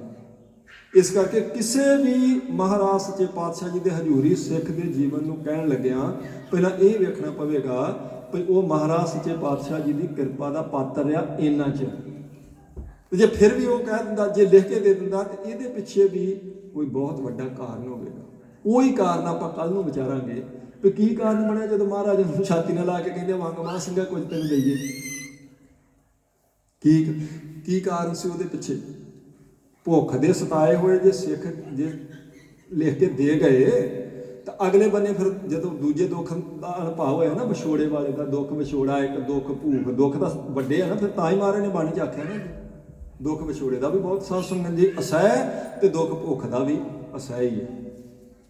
ਪਰ ਫਿਰ ਵੀ ਇੰਨੇ ਮਹੀਨੇ ਮਹਾਰਾਜ ਸਾਹਿਬ ਜੀ ਨਾਲ ਛਿੱਲਾਂ ਵਾਲ ਕੇ, ਪੱਤੇ ਵਾਲ ਕੇ ਦਰਖਤਾਂ ਤੇ ਗੁਜ਼ਾਰਾ ਕਰ ਗਏ ਨਾ। ਫਿਰ ਵਾਪਸ ਕਿਉਂ ਆਉਂਦੇ ਉਹਨਾਂ ਦੇ ਵਾਪਸ ਆਉਣ ਦਾ ਕਾਰਨ ਹੀ ਇਹ ਸੀ ਜਿਹੜਾ ਮਹਾਰਾਜ ਸੱਚੇ ਪਾਤਸ਼ਾਹ ਜੀ ਨੇ ਆਖਿਆ ਗੁਰਮੁਖੋ, ਜਦੋਂ ਉਹ ਅੰਦਰੋਂ ਉਹ ਜਿਹੜੀ ਸਿੱਖ ਹੁੰਦੀ ਨਾ ਮਹਾਰਾਜ ਜੀ ਦੇ ਦਰਸ਼ਨਾਂ ਦੀ, ਜਦੋਂ ਉਹ ਘਾਟ ਪੂਰੀ ਨਹੀਂ ਹੁੰਦੀ, ਜਦੋਂ ਵਿਛੋੜੇ ਦਾ ਦੁੱਖ ਸਤਾਉਂਦਾ ਹੈ, ਫਿਰ ਸੱਚੇ ਪਾਤਸ਼ਾਹ ਜੀ ਦੇ ਚਰਨਾਂ ਦੀ ਖਿੱਚ ਉਹਨਾਂ ਨੂੰ ਵਾਪਸ ਲੈ ਕੇ ਜਾਂਦੀ। ਨਹੀਂ ਤੇ ਆ ਗਏ ਲਿਖ ਕੇ ਦੇ ਕੇ, ਜੇ ਆ ਹੀ ਗਏ ਇੱਕ ਵਾਰੀ ਲਿਖ ਕੇ ਦੇ ਕੇ ਤਾਂ ਫਿਰ ਦੁਬਾਰਾ ਜਾਣ ਦਾ ਤਾਂ ਕੋਈ ਨਹੀਂ ਨਾ ਕਾਰਨ ਬਣਦਾ। ਪਰ ਉਹ ਗਏ ਮਹਾਰਾਜ ਸਾਹਿਬ ਜੀ ਦੇ ਕੋਲ, ਕਿਉਂਕਿ ਅਸਲ ਵਿੱਚ ਉਹਨਾਂ ਨੂੰ ਲੱਗਾ ਵੀ ਮਹਾਰਾਜ ਤੋਂ ਵਿਛੜ ਕੇ ਤਾਂ ਫਿਰ ਗੁਰਮੁਖੋ ਢੋਈ ਕਿੱਥੇ ਮਿਲੇਗੀ, ਰਹਿ ਨਹੀਂ ਸਕਦੇ ਫਿਰ ਆਪਾਂ ਮਹਾਰਾਜ ਤੋਂ ਵਿਛੜ ਕੇ। ਤਾਂ ਜਿਹਨੂੰ ਆ ਸਤਿਗੁਰ ਸੱਚੇ ਪਾਤਸ਼ਾਹ ਜੀ ਨੇ ਪ੍ਰਮਾਣ ਦਿੱਤੇ ਨਾ, ਤੁਸੀਂ ਗੁਰਮੁਖਾਂ ਤੋਂ ਸੁਣਦੇ ਰਹਿੰਦੇ ਜੇ ਵੀ ਉਹ ਸਤਿਗੁਰੂ ਗੁਰੂ ਨਾਨਕ ਦੇਵ ਸਾਹਿਬ ਜੀ ਨੇ ਆਖਿਆ, ਪੱਬਰ ਤੂੰ ਹਰਿਆਵਲਾ ਕਵਲਾ ਕੰਚਨ ਵੰਨ, ਕਹਿ ਦੋਖੜੇ ਸੜੇ ਹੋਏ ਕਾਲੀ ਹੋਈ ਆ ਦੇਹਰੀ, ਨਾਨਕ ਮੈਂ ਤਨ ਭੰਗ ਜਾਣਾ ਪਾਣੀ ਨਾ ਲਹਾ। ਉਹ ਜਾਣਦੇ ਸੀ ਕਿ ਸੱਚੇ ਪਾਤਸ਼ਾਹ ਜੀ ਤੋਂ ਵਿਛੜ ਕੇ ਜਾਣਾ ਕਿੱਥੇ ਗੁਰਮੁਖੋ। ਜੇ ਮੌਤ ਦਾ ਡਰ ਸਤਾਉਂਦਾ ਹੁੰਦਾ ਨਾ, ਮੌਤ ਦਾ, ਉਸੇ ਮੌਤ ਨੂੰ ਹੀ ਸਾਧ ਸੰਗਤ ਜੀ ਫਿਰ ਉਹਨਾਂ ਨੇ ਆਪਣੇ ਸਰੀਰ ਤੇ ਵਰਤਾ ਕੇ ਕਲਗੀਧਰ ਪਾਤਸ਼ਾਹ ਜੀ ਦੀ ਖੁਸ਼ੀ ਲਈ ਤੇ ਬਦਾਵਾ ਪਰਵਾਇਆ। ਗੱਲ ਇਹ ਨਹੀਂ ਸੀ, ਗੱਲ ਇਹ ਸੀ ਅਸਲ ਵਿੱਚ ਭਈ ਉਹ ਵਿਛੋੜੇ ਦਾ ਦੁੱਖ ਵੀ ਨਹੀਂ ਸੀ ਚੱਲ ਸਕਦਾ। ਜ਼ਿੰਦਗੀ ਸਦਾ ਤਾਂ ਉਹਨਾਂ ਨੇ ਅਨੁਭਵ ਕਰ ਲਿਆ, ਚੱਲਣੀ ਤਾਂ ਹੈਗੀ ਨਹੀਂ ਗੁਰਮੁਖੋ। ਇਸ ਲਈ ਇਹ ਪਤਾ ਲੱਗ ਗਿਆ ਆਪਣੇ ਗੁਰੂ ਦੇ ਚਰਨਾਂ ਤੋਂ ਵਿਛੜ ਕੇ ਪਾਰ ਉਤਾਰਾ ਕਿਵੇਂ ਹੋਵੇਗਾ। ਜਿਵੇਂ ਆ ਮਹਾਰਾਜ ਜੀ ਦੇ ਬਾਣੀ ਦੇ ਇਹੀ ਬਚਨ ਆਪਾਂ ਨੂੰ ਦਰਸਾਉਂਦੇ ਨਾ, ਮੂਲ ਤੋਂ ਵਿਛੜ ਕੇ ਤਾਂ ਫਿਰ ਸਾਧ ਸੰਗਤ ਜੀ ਕਦੀ ਵੀ ਕੋਈ ਸੋਭਾ ਨਹੀਂ ਪਾ ਸਕਦਾ। ਪੱਬਰ ਤੂੰ ਹਰਿਆਵਲਾ ਕਵਲਾ ਕੰਚਨ ਵੰਨ, ਇਹਦੇ 'ਚ ਵੀ ਸਵਾਲ ਜਵਾਬ ਹੀ ਹੈ। ਪੱਬਰ ਹੁੰਦਾ ਸਰੋਵਰ, ਕਹਿੰਦੇ ਸਰੋਵਰ ਬਹੁਤ ਸੋਹਣੇ ਨਿਰਮਲ ਪਾਣੀ ਦਾ ਭਰਿਆ, ਉਹਦੇ ਵਿੱਚ ਸੋਨੇ ਵਰਗੇ ਕਮਲ ਦੇ ਫੁੱਲ ਖਿੜੇ ਆ, ਉੱਪਰ ਭੌਰੇ ਗੁੰਜਾਰਾ ਪਾਉਂਦੇ ਪਏ ਆ, ਲੋਕ ਦੂਰੋਂ ਚੱਲ ਕੇ ਦੇਖਣ ਵਾਸਤੇ ਆ ਰਹੇ, ਕਿਉਂਕਿ ਸੋਹਣੀ ਜਗ੍ਹਾ, ਸੋਹਣਾ ਸਰੋਵਰ ਹੈ, ਕਮਲ ਦੇ ਫੁੱਲ ਆ, ਉਹਦੇ ਸੁਗੰਧੀ ਆਉਂਦੀ ਹੈ। ਪੱਬਰ ਤੂੰ ਹਰਿਆਵਲਾ ਕਮਲਾ ਕੰਚਨ ਵੰਨ, ਕਹਿ ਦੋਖੜੇ ਸੜੇ ਹੋਏ ਕਾਲੀ ਹੋਈ ਆ ਦੇਵਰੀ, ਉਹੀ ਕਹਿੰਦੇ ਸਰੋਵਰ ਹੈ। ਗੁਰੂ ਸਾਹਿਬ ਜੀ ਕਹਿੰਦੇ ਉਹੀ ਸਰੋਵਰ ਹੈ। ਕੁਝ ਸਮੇਂ ਬਾਅਦ ਦੇਖਿਆ ਪਾਣੀ ਉਹਦਾ ਬੋ ਮਾਰੀ ਜਾਂਦਾ, ਬਦਬੋ ਕਾਲੇ ਰੰਗ ਦਾ ਹੋ ਗਿਆ, ਕੋਈ ਕਮਲ ਦਾ ਫੁੱਲ ਨਹੀਂ, ਸੜ ਗਲ ਗਈਆਂ ਉਹਦੀਆਂ ਪੱਤੀਆਂ ਕਮਲ ਦੇ ਫੁੱਲ ਦੀਆਂ। ਉਹ ਜਿੱਥੇ ਭੌਰੇ ਸੀ ਉੱਥੇ ਹੁਣ ਮੱਖੀਆਂ ਤੁਰੀਆਂ ਫਿਰਦੀਆਂ। ਕਹਿ ਦੋਖੜੇ ਸੜੇ ਹੋਏ ਕਾਲੀ ਹੋਈ ਆ ਦੇਹਰੀ, ਕਿਤੇ ਅਸੀਂ ਪੁੱਛਿਆ ਕਿਹੜੇ ਦੁੱਖ ਨੇ ਤੁਹਾਨੂੰ ਕਾਲਾ ਕਰ ਦਿੱਤਾ ਸਰੋਵਰ ਦੇ ਪਾਣੀ ਨੂੰ? ਫਿਰ ਉਹ ਕਹਿੰਦੇ ਜਾਣਾ ਪਾਣੀ ਨਾਲ ਹੈ ਜਾਂ ਛੇਤੀ ਮੇਰਾ ਸੰਗ। ਕਹਿੰਦੇ ਮੈਨੂੰ ਪਤਾ ਹੈ ਇਹਦਾ ਕਾਰਨ ਕੀ। ਕਾਰਨ ਇਹਦਾ ਇਹ ਭਈ ਜਿਸ ਪਾਣੀ ਕਰਕੇ ਸੋਮੇ ਨਾਲ ਜੁੜਿਆ ਹੋਣ ਕਰਕੇ ਮੇਰੇ ਵਿੱਚ ਇਹ ਹਰਿਆਵਲਤਾ ਸੀ, ਕਮਲ ਦੇ ਫੁੱਲ ਖਿੜੇ ਸੀ, ਨਿਰਮਲਤਾ ਸੀ, ਪਾਣੀ ਸਵਸਥਤਾ ਸੀ। ਕਹਿੰਦੇ ਬਸ ਆਪਣੇ ਸੋਮੇ ਨਾਲ ਟੁੱਟਣ ਕਰਕੇ ਖੜਾ ਪਾਣੀ ਸੀ ਤੇ ਖਲੋ ਗਿਆ, ਖੜ ਗਿਆ ਤਾਂ ਖਰਾਬ ਹੋ ਗਿਆ। ਦੱਸਿਆ ਉਹਦੇ ਚ ਅਸਲ 'ਚ ਇਹ ਹੈ ਭਈ ਪਿੱਛੋਂ ਸੋਮਾ ਪਾਣੀ ਦਾ ਆ ਰਿਹਾ ਸੀ ਸਰੋਵਰ ਵਿੱਚ, ਅੱਗਿਓਂ ਨਿਕਲ ਕੇ ਜਾ ਰਿਹਾ ਸੀ। ਉਹ ਪਿੱਛੋਂ ਆਪਣੇ ਸੋਮੇ ਨਾਲ ਜੁੜਿਆ ਹੋਣ ਕਰਕੇ ਨਿਰਮਲ ਵੀ ਸੀ, ਕਮਲ ਦੇ ਫੁੱਲ ਵੀ ਖਿੜੇ ਸੀ। ਪਿੱਛੋਂ ਵਾਲਾ ਪਾਣੀ ਬੰਦ ਹੋ ਗਿਆ, ਉਹ ਆਪਣੇ ਮੁੱਢ ਨਾਲੋਂ ਟੁੱਟ ਗਿਆ ਕਰਕੇ ਕਹਿੰਦੇ ਬਸ ਜਾਲ ਉਹੀ ਹੈ, ਲੇਕਿਨ ਹੁਣ ਉਹ ਨਿਕੰਮਾ, ਉਹ ਕਾਲਾ ਉਹਦੇ 'ਚ ਜਾਲਾ ਪੈ ਗਿਆ। ਹੁਣ ਕਮਲ ਦੇ ਫੁੱਲ ਨਹੀਂ ਹੈਗੇ, ਹੁਣ ਭੌਰੇ ਨਹੀਂ, ਹੁਣ ਮੱਖੀਆਂ। ਜਿਹਨੂੰ ਪੰਜਵੇਂ ਪਾਤਸ਼ਾਹ ਜੀ ਨੇ ਆਖਿਆ ਖੱਖੜੀਆਂ ਸੁਹਾਵੀਆਂ ਲੱਗੜੀਆਂ ਅੱਕ ਕੰਠ ਬਿਰਹ ਵਿਛੋੜਾ ਧਣੀ ਸੋ ਨਾਨਕ ਸਹਿਸੈ ਕੰਠ। ਉਹ ਜਿਹੜੀ ਅੱਕ ਨੂੰ ਖੱਖੜੀ ਲੱਗਦੀ ਨਾ, ਅੰਬ ਵਰਗੀ ਹੁੰਦੀ, ਆਪਾਂ ਜਿਹੜੇ ਪਿੰਡਾਂ 'ਚ ਹੋਏ ਆਪਾਂ ਨੂੰ ਪਤਾ। ਉਹ ਓਨੀ ਦੇਰ ਹੀ ਅੰਬ ਦਾ ਭੁਲੇਖਾ ਪਾਉਂਦੀ ਸੋਹਣੀ ਲੱਗਦੀ ਹੈ ਜਿੰਨੀ ਦੇਰ ਅੱਕ ਨਾਲ ਲੱਗੀ ਹੁੰਦੀ ਹੈ। ਜਦੋਂ ਸੌਣ ਭਾਦਰੋਂ ਦਾ ਮਹੀਨਾ ਆਉਂਦਾ ਉਹ ਖੱਖੜੀਆਂ ਡਿੱਗ ਪੈਂਦੀਆਂ ਲੱਥ ਕੇ। ਦੋ ਬਨਾਸਪਤੀ ਵਿੱਚ ਪੌਦੇ ਐਸੇ ਨੇ ਜਿਹੜੇ ਮੀਂਹ ਪੈਣ ਤੋਂ ਖਰਾਬ ਹੁੰਦੇ, ਗਲ ਜਾਂਦੇ ਆ। ਬਾਕੀ ਸਾਰੀ ਬਨਾਸਪਤੀ ਮੀਂਹ ਪੈਣ ਤੋਂ ਹਰੀ ਭਰੀ ਹੁੰਦੀ ਹੈ। ਇੱਕ ਅੱਕ ਦਾ ਬੂਟਾ, ਇੱਕ ਜਵਾਹਾਂ, ਇਹ ਦੋ ਆ ਜਦੋਂ ਬਾਰਿਸ਼ ਪਵੇਗੀ ਇਹ ਖਤਮ ਹੋ ਜਾਣਗੇ। ਬਾਕੀ ਸਾਰੀ ਬਨਾਸਪਤੀ ਮੀਂਹ ਪੈਣ ਤੇ ਮੌਲਦੀ ਹੈ, ਔੜ ਲੱਗਣ ਤੇ ਖਤਮ ਹੁੰਦੀ ਹੈ। ਪਰ ਇਹ ਦੋ ਐਸੇ ਨੇ ਜਿਹੜੇ ਔੜ ਲੱਗਣ ਤੇ ਮੌਲਦੇ ਆ, ਬਾਰਿਸ਼ਾਂ ਸ਼ੁਰੂ ਹੋਣ ਤੇ ਖਤਮ ਹੋ ਜਾਂਦੇ। ਉਹ ਪੰਜਵੇਂ ਪਾਤਸ਼ਾਹੀ ਦਾ ਬਚਨ ਕਹਿੰਦੇ ਖੱਖੜੀਆਂ ਸੁਹਾਵੀਆਂ ਲੱਗੜੀਆਂ ਅੱਕ ਕੰਠ। ਉਹ ਖੱਖੜੀਆਂ ਅੰਬਾਂ ਵਰਗੀਆਂ ਬਹੁਤ ਸੋਹਣੀਆਂ ਲੱਗਦੀਆਂ ਸਨ, ਅੱਕ ਨੂੰ ਲੱਗੀਆਂ ਸਨ ਜਦੋਂ। ਫਿਰ ਬਰਸਾਤਾਂ ਦਾ ਮਹੀਨਾ ਆ ਗਿਆ, ਕੁਝ ਬਾਰਿਸ਼ਾਂ ਪਈਆਂ ਤੇ ਉਹ ਗਲ ਗਿਆ, ਅੱਕ ਦਾ ਬੂਟਾ ਖਤਮ ਹੋ ਗਿਆ, ਖੱਖੜੀ ਥੱਲੇ ਡਿੱਗ ਪਈ। ਥੱਲੇ ਡਿੱਗੀ ਤੇ ਆਪਾਂ ਨੂੰ ਪਤਾ ਉਹਦੇ ਵਿੱਚੋਂ ਛੋਟੇ ਛੋਟੇ ਰੂੰ ਦੇ ਫੰਬੇ ਜਿਹੇ ਨਿਕਲਦੇ ਹੁੰਦੇ, ਛੋਟੇ ਛੋਟੇ ਪੈਰਾਂ ਥੱਲੇ ਤੁਰੇ ਫਿਰਦੇ। ਆਪਾਂ ਜਦੋਂ ਜਿਹੜੇ ਮਾਲ ਮੂਲ ਚਾਰ ਪੇਰੇ ਪਸ਼ੂ, ਉਹਨਾਂ ਨੂੰ ਪਤਾ ਸਾਧ ਸੰਗਤ ਜੀ ਇੱਦਾਂ ਉਹਦੇ ਚੋਂ ਨਿਕਲਦੇ। ਪੰਜਵੇਂ ਪਾਤਸ਼ਾਹ ਕਹਿੰਦੀ ਉਹ ਕੀ ਹਾਲ ਹੋ ਗਈ ਉਹਦੀ। ਦੇਖੋ ਉਹੀ ਖੱਖੜੀ ਸੀ ਜਿਹੜੀ ਅੰਬ ਦਾ ਭੁਲੇਖਾ ਪਾਉਂਦੀ ਸੀ, ਇੰਨੀ ਸੋਹਣੀ ਲੱਗਦੀ ਸੀ, ਉਹੀ ਹੁਣ ਰੁਲ ਕੇ ਲੋਕਾਂ ਦੇ ਪੈਰਾਂ ਥੱਲੇ ਤੇ ਫੰਬੇ ਫੰਬੇ ਹੋਈ ਫਿਰਦੀ, ਟੁਕੜੇ ਟੁਕੜੇ। ਕਾਰਨ ਕੀ ਹੈ? ਪੰਜਵੇਂ ਪਾਤਸ਼ਾਹ ਕਹਿੰਦੇ ਕਾਰਨ ਇਹ ਉਹ ਸੋਹਣੀ ਉਦੋਂ ਲੱਗ ਰਹੀ ਸੀ ਜਦੋਂ ਆਪਣੇ ਮੂਲ ਨਾਲ ਜੁੜੀ ਸੀ, ਅੱਕ ਦੀ ਟਹਿਣੀ ਨਾਲ ਲੱਗੀ ਸੀ ਤੇ ਸੁੰਦਰ ਸੀ। ਬਰਸਾਤਾਂ ਆਈਆਂ ਡਿੱਗ ਕੇ ਥੱਲੇ ਤੇ ਰੁਲ ਗਈ, ਟੁੱਟ ਕੇ ਵਿਛੋੜੇ ਕਰਕੇ ਅਸਲ 'ਚ ਉਹਦਾ ਇਹ ਹਾਲ ਹੋ ਗਿਆ। ਫਿਰ ਇੱਕ ਪ੍ਰਮਾਣ ਕਬੀਰ ਸਾਹਿਬ ਦਿੰਦੇ, ਕਬੀਰ ਰੈਣ ਆਇਰ ਬਸੋਰਿਆ ਰਹੋ ਰੇ ਸੰਖ ਮਜੂਰ, ਦੇਵਲ ਦੇਵਲ ਧਾੜੀ ਦੇਸੈ ਉਗਵਤ ਸੂਰ। ਕਬੀਰ ਸਾਹਿਬ ਕਹਿੰਦੇ ਅਸੀਂ ਸੰਖ ਨੂੰ ਕਹਿੰਦੇ ਆ ਤੂੰ ਸਮੁੰਦਰ ਨਾਲੋਂ ਵਿਛੜੀ ਨਾ, ਕਿਉਂਕਿ ਸਮੁੰਦਰ ਤੋਂ ਨਿਕਲਦਾ ਨਾ ਜੀ। ਸਮੁੰਦਰ ਤੋਂ ਨਿਕਲ ਕੇ ਆਪਣੇ ਮੂਲ ਤੋਂ ਦੂਰ ਆ ਜਾਏਗਾ ਤੇ ਸਵੇਰੇ ਸ਼ਾਮ ਦੋਵੇਂ ਵੇਲੇ ਦੇਵਲ ਦੇਵਲ ਮੰਦਰਾਂ ਮੰਦਰਾਂ ਵਿੱਚ ਚੀਕਾਂ ਮਾਰੇਗਾ। ਫਿਰ ਕੋਈ ਤੇਰੀ ਪੁਕਾਰ ਸੁਣਨ ਵਾਲਾ ਨਹੀਂ ਹੋਣਾ, ਕਿਉਂਕਿ ਸਵੇਰੇ ਸ਼ਾਮ ਸੰਖ ਵਜਾਇਆ ਜਾਂਦਾ ਸੀ ਨਾ ਜੀ, ਵਜਾਉਂਦੇ ਸੀ। ਕਬੀਰ ਸਾਹਿਬ ਕਹਿੰਦੇ ਅਸੀਂ ਸੰਖ ਨੂੰ ਕਹਿੰਦੇ ਤੂੰ ਆਪਣੇ ਮੁੱਢ ਨਾਲ ਜੁੜ ਕੇ ਰਹੇਗਾ, ਆਨੰਦ ਲਏਗਾ। ਰਣਾਇਰ ਸਮੁੰਦਰ ਨਾਲੋਂ ਜੇ ਤੂੰ ਵਿਛੜ ਜਾਵੇਗਾ ਤੇ ਫਿਰ ਤੂੰ ਇਵੇਂ ਧਾੜਾ ਮਾਰੇਗਾ। ਕਬੀਰ ਰਣਾਇਰ ਬਸ਼ੋਰਿਆ ਰਹੋ ਰੇ ਸੰਖ ਮਜੂਰ, ਦੇਵਲ ਦੇਵਲ ਧਾੜੀ ਦਿਸ ਹੈ ਉਗਵਤ ਸੂਰ। ਉਹ ਕਹਿੰਦੇ ਸੂਰਜ ਦੇ ਉਗਣ ਵੇਲੇ ਇਦਾਂ ਹੀ ਤੂੰ ਫਿਰ ਧਾਹਾਂ ਮਾਰੇਗਾ ਜੇ ਆਪਣੇ ਮੂਲ ਤੋਂ ਟੁੱਟ ਜਾਵੇਗਾ। ਤੂੰ ਆਪਣੇ ਮੂਲ ਨਾਲ ਜੁੜ ਕੇ ਰਹਿਣਾ। ਜਦੋਂ ਉਹਨਾਂ ਦੇ ਅੰਦਰੋਂ ਇਹ ਉਹਨਾਂ ਨੂੰ ਸਾਧ ਸੰਗਤ ਟੀਸ ਉੱਠੀ ਨਾ, ਵੀ ਲਿਖ ਕੇ ਤਾਂ ਦੇ ਦਿੱਤਾ ਮਹਾਰਾਜ ਸਾਹਿਬ ਜੀ ਨੂੰ, ਤੂੰ ਸਾਡਾ ਗੁਰੂ ਨਹੀਂ ਤੇ ਅਸੀਂ ਤੇਰੇ ਸਿੱਖ ਨਹੀਂ, ਪਰ ਇਹਦੇ ਨਾਲ ਟੁੱਟ ਕੇ ਜਾਵਾਂਗੇ ਕਿੱਥੇ? ਜੇ ਕੋ ਗੁਰ ਤੇ ਬੇਮੁਖ ਹੋਏ ਬਿਨ ਸਤਿਗੁਰ ਮੁਕਤ ਨਾ ਪਾਵੇ, ਕੌਣ ਬਚਾਵੇਗਾ ਜੀ? ਫਿਰ ਉਹੀ ਗੁਰਮੁਖ ਪਿਆਰੇ ਕਲਗੀਧਰ ਪਾਤਸ਼ਾਹ ਜੀ ਦੇ ਵਾਸਤੇ ਸਾਧ ਸੰਗਤ ਜੀ ਆਪਾ ਕੁਰਬਾਨ ਕਰ ਦਿੰਦੇ। ਫਿਰ ਮਹਾਰਾਜ ਸੱਚੇ ਪਾਤਸ਼ਾਹ ਉਹਨਾਂ ਤੇ ਪ੍ਰਸਾਨੀ ਇੰਨੇ ਹੁੰਦੇ, ਉਹ ਕਹਿੰਦੇ ਦੱਸੋ ਤੁਹਾਨੂੰ ਚਾਹੀਦਾ ਕੀ? ਮੈਂ ਬੇਨਤੀ ਕੀਤੀ, ਆਪਣੇ ਪੁੱਤਰਾਂ ਦੇ ਸਰੀਰ ਕੋਲੋਂ ਲੰਘ ਕੇ ਆਏ ਦਸਵੇਂ ਪਾਤਸ਼ਾਹ ਚਮਕੌਰ ਦੀ ਗੜੀ 'ਚ, ਤੇ ਭਾਈ ਦਇਆ ਸਿੰਘ ਕਹਿ ਰਿਹਾ ਮਹਾਰਾਜ ਸਾਹਿਬਜ਼ਾਦੇ ਦਾ ਸਰੀਰ ਹੈ, ਕਮਰ ਕੱਸਾ ਖੋਲ ਕੇ ਪਾ ਦਿਆਂ ਉੱਤੇ। ਮਹਾਰਾਜ ਦਸਵੇਂ ਪਾਤਸ਼ਾਹ ਕਹਿੰਦੇ ਜੇ ਇੰਨੇ ਕਮਰ ਕੱਸੇ ਹੈਗੇ ਦਇਆ ਸਿੰਘਾ ਜਿੰਨੇ ਡਿੱਗੇ ਪਏ ਇਹ ਸਾਰੇ ਮੇਰੇ ਸਾਹਿਬਜ਼ਾਦੇ ਹੀ ਹੈ, ਫਿਰ ਤਾਂ ਪਾ ਦੇ। ਨਹੀਂ ਮਹਾਰਾਜ ਇਹ ਆਪ ਜੀ ਦਾ ਪੁੱਤਰ, ਜੇ ਆਗਿਆ ਹੋਵੇ ਇਹਨੂੰ ਮੈਂ ਚੱਕ ਲਾਂ, ਇਹਦੇ ਸਰੀਰ ਦਾ ਕੋਈ ਚੰਗੀ ਤਰ੍ਹਾਂ ਦਾਹ ਸੰਸਕਾਰ ਕਰ ਦਾਂਗੇ। ਮਹਾਰਾਜ ਦੂਜਾ ਪੁੱਤਰ ਵੀ ਲੱਭ ਲੈਨੇ। ਤਾਂ ਗੁਰੂ ਸਾਹਿਬ ਨੇ ਆਖਿਆ ਅਸਲ 'ਚ ਦਇਆ ਸਿੰਘਾ ਚੱਲ ਚੱਲੀਏ, ਇਹ ਸਾਰੇ ਜਿਹੜੇ ਡਿੱਗੇ ਪਏ ਨਾ ਇਹ ਮੇਰੇ ਪੁੱਤਰ ਹੀ ਹੈ, ਜਾਂ ਤੇ ਸਾਰਿਆਂ ਦਾ ਕੁਛ ਕਰ ਤੇ ਜਾਂ ਫਿਰ ਮੇਰੇ ਪੁੱਤਰ ਵੀ ਇਹਨਾਂ ਜਿੱਥੇ ਇਹ ਦੂਸਰੇ ਪਏ ਉੱਥੇ ਪਏ ਰਹਿਣਗੇ। ਤਾਂ ਹੀ ਉੱਠ ਦਇਆ ਸਿੰਘਾ ਜਰਾ ਵੇਖ ਝਾਤੀ ਮਾਰ ਕੇ, ਸਿੰਘ ਵੀ ਸ਼ਹੀਦ ਹੋਏ ਕਿੰਨੇ ਜਾਨਾਂ ਵਾਰ ਕੇ, ਇਹਨਾਂ ਲਾਲਾਂ ਤਰ੍ਹਾਂ ਵੀ ਮਾਪਿਆਂ ਦੇ ਲਾਲ ਨੇ, ਬਿਨਾਂ ਤਨਖਾਹੋਂ ਜਿਹੜੇ ਰਹੇ ਮੇਰੇ ਨਾਲ ਨੇ। ਜਦੋਂ ਤੱਕ ਇਹਨਾਂ ਦਾ ਹਿਸਾਬ ਨਹੀਂ ਮੁੱਕਦਾ, ਅਜੀਤ ਤੇ ਜੁਝਾਰ ਦੀ ਮੈਂ ਲਾਸ਼ ਨਹੀਂ ਚੁੱਕਦਾ। ਮਹਾਰਾਜ ਕਹਿੰਦੇ ਇਹ ਨਹੀਂ ਲਾਲ, ਇਹ ਵੀ ਆਪਣੇ ਮਾਪਿਆਂ ਦੇ ਲਾਲ ਹੈ, ਔਰ ਬਿਨਾਂ ਤਨਖਾਹ ਤੋਂ ਮੇਰੀ ਖਾਤਰ ਲੜੇ ਇਹ। ਇਸ ਕਰਕੇ ਆ ਜਾ ਦਇਆ ਸਿੰਘਾ, ਮੇਰੇ ਪੁੱਤਰਾਂ ਦੀ ਇੰਨੀ ਫਿਕਰ ਨਾ ਕਰ। ਹੈਰਾਨੀ ਦੀ ਗੱਲ ਹੈ, ਆਪਣੇ ਪੁੱਤਰ ਦਾ ਮੂੰਹ 1 ਮਿੰਟ ਲਈ ਖੜ ਕੇ ਆਪਣੇ ਕਮਰ ਕੱਸੇ ਨਾਲ ਤਾਂ ਕੀ ਸਾਫ਼ ਕਰਨਾ। ਭਾਈ ਦਇਆ ਸਿੰਘ ਨੂੰ ਵੀ ਮਹਾਰਾਜ ਕਹਿੰਦੇ ਰਹਿਣ ਦੇ, ਮੇਰੇ ਪੁੱਤਰ ਨੂੰ ਕੋਈ ਕਮਰ ਕੱਸਾ ਪਾਉਣ ਦੀ ਲੋੜ ਨਹੀਂ। ਉਸੇ ਕਮਰ ਕੱਸੇ ਨੂੰ ਖੋਲ ਕੇ ਤੇ ਕੱਲੇ ਕੱਲੇ ਦਾ ਉੱਤਰ ਕੇ ਮਹਾਰਾਜ ਮੁਕਤਸਰ ਦੀ ਧਰਤੀ ਤੇ ਚਿਹਰਾ ਸਾਫ਼ ਕਰ ਰਹੇ, ਤੇ ਨਾਲ ਛਾਤੀ ਨਾਲ ਲਾ ਕੇ ਕਹਿੰਦੇ ਮੇਰਾ 5000 ਫਿਰ ਦੂਜੇ ਕੋ ਜਾਂਦੇ ਆ, ਬਹੁਤ ਪਿਆਰ ਕਰਦੇ। ਸ਼ਹੀਦ ਹੋ ਚੁੱਕੇ ਸਿੰਘ ਭੌਰ ਡਾਰੀ ਮਾਰ ਗਏ ਤੇ ਸਰੀਰ ਨੂੰ ਇੰਨਾ ਪਿਆਰ ਕਰਦੇ ਦਸਵੇਂ ਪਾਤਸ਼ਾਹ, ਛਾਤੀ ਨਾਲ ਲਾ ਕੇ ਉਹਦਾ ਚਿਹਰਾ ਸਾਫ਼ ਕਰਦੇ। ਕਿਉਂਕਿ ਰੇਤਲਾ ਇਲਾਕਾ, ਰੇਤਾ ਪਈ ਹੈ। ਕੀ ਉਹ ਰੇਤਾ ਜੁਝਾਰ ਸਿੰਘ, ਅਜੀਤ ਸਿੰਘ ਜੁਝਾਰ ਸਿੰਘ ਦੇ ਚਿਹਰੇ ਤੇ ਨਹੀਂ ਸੀ? ਹੈਗੀ ਸੀ। ਪਰ ਗੁਰੂ ਸਾਹਿਬ ਮੈਂ ਬੇਨਤੀ ਕੀਤੀ, ਅੰਦਰੋਂ ਪੱਥਰ ਥੋੜ੍ਹਾ ਗੁਰਮੁਖੋ, ਬਹੁਤ ਪਿਆਰ ਆਪਣੇ ਸਾਹਿਬਜ਼ਾਦਿਆਂ ਨੂੰ ਸਤਿਗੁਰੂ ਜੀ ਕਰਦੇ ਹੈ। ਪਰ ਫਿਰ ਵੀ ਮਹਾਰਾਜ ਸਾਹਿਬ ਜੀ ਨੇ ਦੱਸ ਦਿੱਤਾ, ਮੇਰੇ ਵਾਸਤੇ ਮੇਰੇ ਪੁੱਤਰਾਂ 'ਚ ਤੇ ਆ ਜਿਹੜੇ ਬਾਕੀ ਉਵੇਂ ਹੀ ਮਹਾਰਾਜ ਨੇ ਕਹਿਤਾ, ਇਹਨਾਂ ਪੁੱਤਰਨ ਕੇ ਸੀਸ ਪਰਿਵਾਰ ਦੀ ਸੁੱਤ ਚਾਰ। ਗੁਰੂ ਦੇ ਮੁਖ ਤੋਂ ਬਚਨ ਨਿਕਲਿਆ, ਇਹਨਾਂ ਪੁੱਤਰਨ ਕੇ ਸੀਸ ਪਰ, ਇਹ ਮੇਰੇ ਪੁੱਤਰ ਹੀ। ਮੈਂ ਹੱਸ ਕੇ ਕੁਰਬਾਨ ਕੀਤੇ ਆਪਣੇ ਲਾਲ, ਇਹਨਾਂ ਤੋਂ ਹੱਸ ਕੇ ਕੁਰਬਾਨ ਕੀਤੇ। ਉਸ ਮਹਾਨ ਗੁਰੂ ਦੇ ਚਰਨ ਪਕੜ ਕੇ ਸਿੱਖ ਕਹਿ ਰਿਹਾ, ਜੋਈ ਪਾਦ ਲక్ష్ਮੀ ਚਸਤ ਮੰਝ ਦੀਨਾਨਾਥ, ਜੋਈ ਪਾਦ ਨਾਂਗੇ ਦੌਰੇ ਗਾਣ ਹਿੱਤ ਦੇ ਰਿਹਾ। ਮਹਾਰਾਜ ਦਸਵੇਂ ਪਾਤਸ਼ਾਹ ਆ ਚਰਨ ਹੈ ਜਿਹੜੇ ਹਾਥੀ ਨੂੰ ਛਡਾਉਣ ਚਲੇ ਗਏ ਸੀ, ਮੈਨੂੰ ਤਾਂ ਏਦਾਂ ਪਤਾ ਲੱਗ ਰਿਹਾ। ਜੋਈ ਪਾਦ ਗੌਤਮ ਕੀ ਨਾਰ ਕੋ ਸੁਖਦ ਪਏ, ਕਹਿੰਦੇ ਇਹ ਉਹ ਚਰਨ ਹੈ ਜਿਹੜੇ ਲੱਗਣ ਕਰਕੇ ਗੌਤਮ ਦੀ ਇਸਤਰੀ ਸਿਲ ਬਣੀ, ਉਹਦੀ ਕਲਿਆਣ ਹੋ ਗਈ।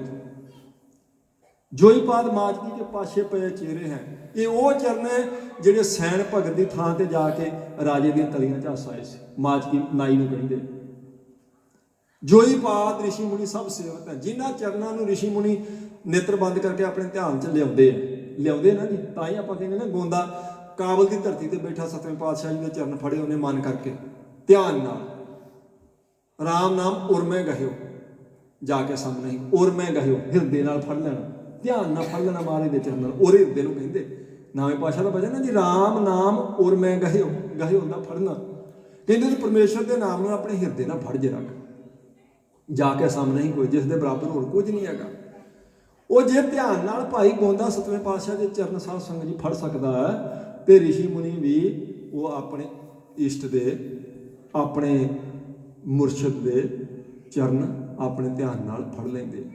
ਇਹ ਤਾਂ ਆਪਾਂ ਸੁਣਿਆ ਹੈ ਨਾ ਸਿੱਖਾਂ ਕੋਲੋਂ ਵੀ ਸਤਵੇਂ ਪਾਤਸ਼ਾਹ ਉੱਠੇ ਨਹੀਂ ਜੀ, 3 ਪਹਿਰ, ਤੀਸਰਾ ਪਹਿਰ ਆ ਗਿਆ ਤੇ ਫਿਰ ਮਹਾਰਾਜ ਆਪ ਜੀ ਚਲੋ ਲੰਗਰ 'ਚ ਪ੍ਰਸ਼ਾਦਾ ਛਕੋ, ਸੰਗਤ ਛਕੇ, ਤਾਂ ਮਹਾਰਾਜ ਉੱਠ ਨਹੀਂ ਰਹੇ। ਜਦ ਉੱਠੇ ਤਾਂ ਫਿਰ ਪੁੱਛ ਰਹੇ ਆ ਹਜ਼ੂਰੀ ਸਿੱਖ ਵੀ, ਮਹਾਰਾਜ ਅੱਜ ਇਸ ਵੇਲੇ ਬਈ ਲੰਗਰ ਇੰਨਾ ਲੇਟ ਕਰਤਾ, ਮਹਾਰਾਜ ਆਪ ਜੀ ਉੱਠ ਨਹੀਂ ਰਹੇ, ਕੀ ਕਾਰਨ? ਤਾਂ ਮਹਾਰਾਜ ਕਹਿੰਦੇ ਭਾਈ ਗੋਂਦਾ ਸਾਨੂੰ ਛੱਡੇ ਗੁਰਮੁਖੋ ਤੇ ਅਸੀਂ ਉੱਠੀਏ। ਧਿਆਨ 'ਚ ਇੱਕ ਤਾਕਤ ਹੁੰਦੀ ਹੈ, ਧਿਆਨ 'ਚ ਇੱਕ ਤਾਕਤ ਹੈ। ਉਵੇਂ ਨਹੀਂ ਕਹਿੰਦੇ ਜਿਨ੍ਹਾਂ ਦੇਗ ਚਲਾਈ ਤੇਗ ਵਾਹੀ ਦੇਖ ਕੇ ਲਿਠ ਕੀਤਾ, ਉਹਨਾਂ ਦੀ ਤਿੰਨਾਂ ਦੀ ਕਮਾਈ ਦਾ ਧਿਆਨ ਧਰ ਕੇ ਖਾਲਸਾ ਜੀ ਸਾਹਿਬ ਬੋਲੋ ਜੀ ਵਾਹਿਗੁਰੂ। ਕਹਿੰਦੇ ਧਿਆਨ 'ਚ ਲਿਆਓ ਤੁਸੀਂ, ਜਿਨ੍ਹਾਂ ਨੇ ਤੇਗ ਚਲਾਈ ਤੇ ਦੇਗ ਵਾਹੀ, ਦੇਗ ਚਲਾਈ ਤੇ ਤੇਗ ਵਾਹੀ, ਉਹ ਆ ਜਿਹੜੇ 40 ਤੇਗ ਵਾਹੁੰਦੇ। ਕਹਿੰਦੇ ਜਦੋਂ ਤੱਕ ਜਾਨ 'ਚ ਜਾਨ ਹੈ, ਟਿੱਬੀ ਸਾਹਿਬ ਤੱਕ ਨਹੀਂ ਜਾਣ ਦਿੰਦੇ ਵਜੀਦੇ ਦੀ ਫੌਜ ਨੂੰ। ਉਹਨਾਂ ਦੇ ਮਹਾਰਾਜ ਖੁਸ਼ ਹੈ। ਕਹਿੰਦੇ ਤੁਸੀਂ ਉਹਨਾਂ ਦੀ ਕਮਾਈ ਦਾ ਇੱਕ ਵਾਰੀ ਧਿਆਨ ਤਾਂ ਕਰੋ, ਕਿੰਨੀ ਕਮਾਈ ਕੀਤੀ ਹੈ।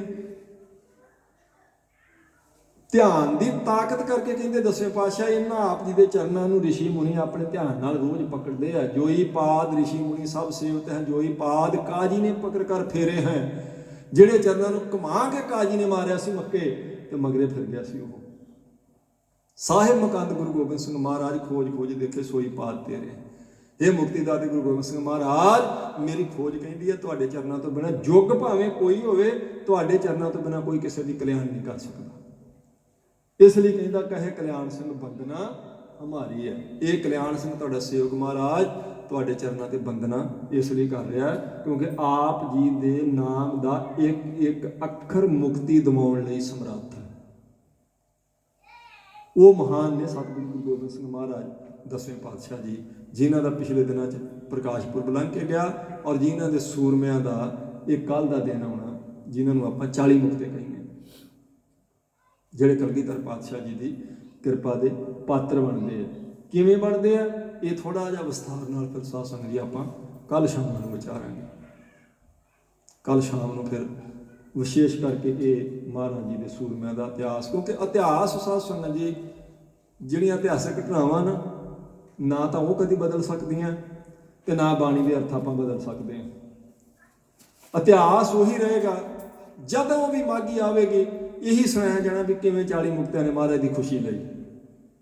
ਪਰ ਇਹ ਨਿਸ਼ਚੈਵਾਚਕ ਬਚਨ ਹੈ, ਇਤਿਹਾਸ ਪੁਰਾਣਾ ਹੈ, ਲੇਕਿਨ ਉਹਨੂੰ ਸੁਣ ਕੇ ਜਿਹੜੀ ਕਿਰਪਾ ਹੋਣੀ ਸਾਡੇ ਅੰਦਰ ਤਬਦੀਲੀ ਉਹ ਨਵੀਂ ਹੋਣੀ। ਬਖਸ਼ਿਸ਼ ਮਹਾਰਾਜ ਦੀ ਨਵੇਂ ਨਵੇਂ ਲੋਕਾਂ ਤੇ ਹੋਈ ਜਾਣੀ ਹੈ। ਇਤਿਹਾਸ ਤਾਂ ਉਹੀ ਰਹਿਣਾ, ਬਦਲ ਥੋੜ੍ਹਾ ਸਕਦੇ ਆਪਾਂ ਕਦੀ। ਸੋ ਉਹ ਉਹਨਾਂ ਸੂਰਮਿਆਂ ਦਾ ਕੱਲ੍ਹ ਨੂੰ ਇਤਿਹਾਸ ਵਿਧਿਆਨਾ ਤੇ ਕੱਲ੍ਹ ਫਿਰ ਆਪਾਂ ਉਹ ਇਤਿਹਾਸ ਸਾਧ ਸੰਗਤ ਜੀ ਵਿਚਾਰਾਂਗੇ। ਮਹਾਰਾਜ ਜੀ ਦੀ ਅਸੀਸ ਪ੍ਰਾਪਤ ਕਰਾਂਗੇ। ਸਤਿਗੁਰੂ ਗੁਰੂ ਗੋਬਿੰਦ ਸਿੰਘ ਸਾਹਿਬ ਸੱਚੇ ਪਾਤਸ਼ਾਹ ਜੀ ਰਹਿਮਤ ਕਰਨ। ਆਪਣੀ ਸਾਰੀ ਸੰਗਤ ਦੀ ਹਾਜ਼ਰੀ ਮਹਾਰਾਜ ਸਾਹਿਬ ਜੀ ਦੇ ਦਰ ਤੇ ਪ੍ਰਵਾਨ ਹੋਵੇ। ਇਹ ਤਾਂ ਮੈਂ ਥੋੜ੍ਹੇ ਉਹ ਬਚਨ ਤੁਹਾਡੇ ਨਾਲ ਸਾਂਝੇ ਕੀਤੇ ਵੀ ਕਦੀ ਜ਼ਰੂਰ ਮਨ 'ਚ ਆਉਂਦਾ ਹੋਵੇਗਾ ਬਈ ਉਹ ਦੇਖ ਲਓ ਉਹ ਵੀ ਸਿੱਖ ਕੋਈ ਬਦਾਵਾ ਦੇ ਆਏ, ਲਿਖ ਕੇ ਹੀ ਦੇ ਦਿੱਤਾ। ਨਹੀਂ, ਇਹ ਵੀ ਨਾਲ ਰੱਖਿਓ, ਦੁੱਖ ਵਿਛੋੜਾ ਇੱਕ ਦੁੱਖ ਭੂਖ। ਆਪਾਂ ਤਾਂ ਅੱਠਾਂ ਪੈਰਾਂ ਤੇ ਨਹੀਂ ਚੱਲ ਸਕਦੇ। ਉਹ ਜਿਹੜੇ ਬੈਠੇ ਸੀ ਸਾਧ ਸੰਗਤ ਜੀ ਭੁੱਖ ਹੜਤਾਲ ਕਰਕੇ ਕਦੀ ਅਕਾਲ ਤਖ਼ਤ ਸਾਹਿਬ ਦੇ ਪਿੱਛੇ ਕੁੰਡ ਬਣਾ ਕੇ ਤਾਂ ਜਦੋਂ ਥੋੜ੍ਹਾ ਜਿਹਾ ਭੁੱਖ ਨੇ ਸਤਾਇਆ ਤਾਂ ਜੂਸ ਪੀ ਕੇ ਉੱਠ ਪਏ ਸੀ। ਉਹ ਤੇ ਮੁੜ ਕੇ ਅਰਦਾਸ ਉਹਨਾਂ ਦੀ ਉਹਨੂੰ ਪੂਰੀ ਕਰਨ ਵਾਸਤੇ ਦਰਸ਼ਨ ਫੇਰੂਮਾਨ ਬੈਠਾ ਤੇ 74ਵੇਂ ਦਿਨ ਚੜ੍ਹਾਈ ਕਰ ਗਿਆ। ਸੌਖਾ ਨਹੀਂ ਹੁੰਦਾ ਇਹ ਕੰਮ। ਕਈ ਮਹੀਨੇ ਭੁੱਖ ਕੱਟੀ ਉਹਨਾਂ ਨੇ, ਕਦੀ ਛਿੱਲਾਂ ਉਬਾਲ ਲਈਆਂ, ਕਦੀ ਪੱਤੇ ਉਬਾਲ ਕੇ ਪੀ ਲਏ, ਕਦੀ ਕੁਝ ਖਾਣ ਲਈ ਮਿਲਿਆ, ਕਦੀ ਉਹ ਪ੍ਰਸਾਦੀ ਹਾਥੀ ਜਿਹੜਾ ਰਤਨ ਰਾਏ ਸਭ ਤੋਂ ਕੀਮਤੀ ਤੋਹਫਾ ਜਾਣ ਕੇ 10ਵੇਂ ਪਾਤਸ਼ਾਹ ਨੂੰ ਦੇ ਗਿਆ। ਮਹਾਰਾਜ ਚੌਰ ਕਰਿਆ ਕਰੂੰਗਾ ਆਪ ਜੀ ਨੂੰ, ਇਹ ਭੁੱਖ ਨਾ ਮਰ ਗਿਆ ਪ੍ਰਸਾਦੀ ਹਾਥੀ। ਤਾਂ ਉਹ ਉਸ ਹਾਲਤ ਵਿੱਚ ਸਿੰਘ ਨਾਲ ਰਹੇ। ਤੇ ਜੇ ਕੁਝ ਲਿਖ ਕੇ ਦੇ ਗਏ ਤੇ ਜੇ ਦੇ ਗਏ ਤਾਂ ਐ ਨਹੀਂ ਸੋਚਣਾ ਚਾਹੀਦਾ ਵੀ ਕਿਉਂ ਦੇ ਗਏ ਜੀ, ਕਿੱਦਾਂ ਦੇ ਗਏ। ਦੁੱਖ ਵਿਛੋੜਾ ਇੱਕ ਦੁੱਖ ਭੂਖ ਆ। ਤੇ ਫਿਰ ਜੇ ਦੇ ਗਏ ਤੇ ਜਦੋਂ ਵਿਛੋੜੇ ਦੇ ਦੁੱਖ ਦੀ ਅੰਦਰੋਂ ਟੀਸ ਉੱਠੀ ਭੱਜੇ ਫਿਰ ਵਾਪਸ ਮਹਾਰਾਜ ਵੱਲ ਨੂੰ, ਆਪਾਂ ਹੀ ਕੁਰਬਾਨ ਕਰਕੇ ਸੱਚੇ ਪਾਤਸ਼ਾਹ ਤੋਂ। ਉਹ ਕਹਿੰਦੇ ਲੈ ਲਾਂਗੇ ਮਹਾਰਾਜ ਦੀਆਂ ਖੁਸ਼ੀਆਂ। ਜਿਹੜੇ ਪਿੱਛੇ ਜਾਂਦੇ ਮਹਾਰਾਜ ਦੀ ਇਹਨਾਂ ਨੂੰ ਰੋਕੋ ਗੁਰਮੁਖੋ। ਮਹਾਰਾਜ ਤਾਂ ਆਪ ਆ ਜਾਣਗੇ, ਆਪ ਹੀ ਆ ਗਏ ਸੱਚੇ ਪਾਤਸ਼ਾਹ ਉੱਥੇ। ਕਿਵੇਂ ਆ ਗਏ ਇਹ ਕੱਲ੍ਹ ਨੂੰ ਸਾਧ ਸੰਗਤ ਜੀ ਵਿਚਾਰ ਕਰਾਂਗੇ। ਭੁੱਲਾਂ ਚੁੱਕਾਂ ਦੀ ਖਿਮਾ। ਵਾਹਿਗੁਰੂ ਜੀ ਕਾ ਖਾਲਸਾ, ਵਾਹਿਗੁਰੂ ਜੀ।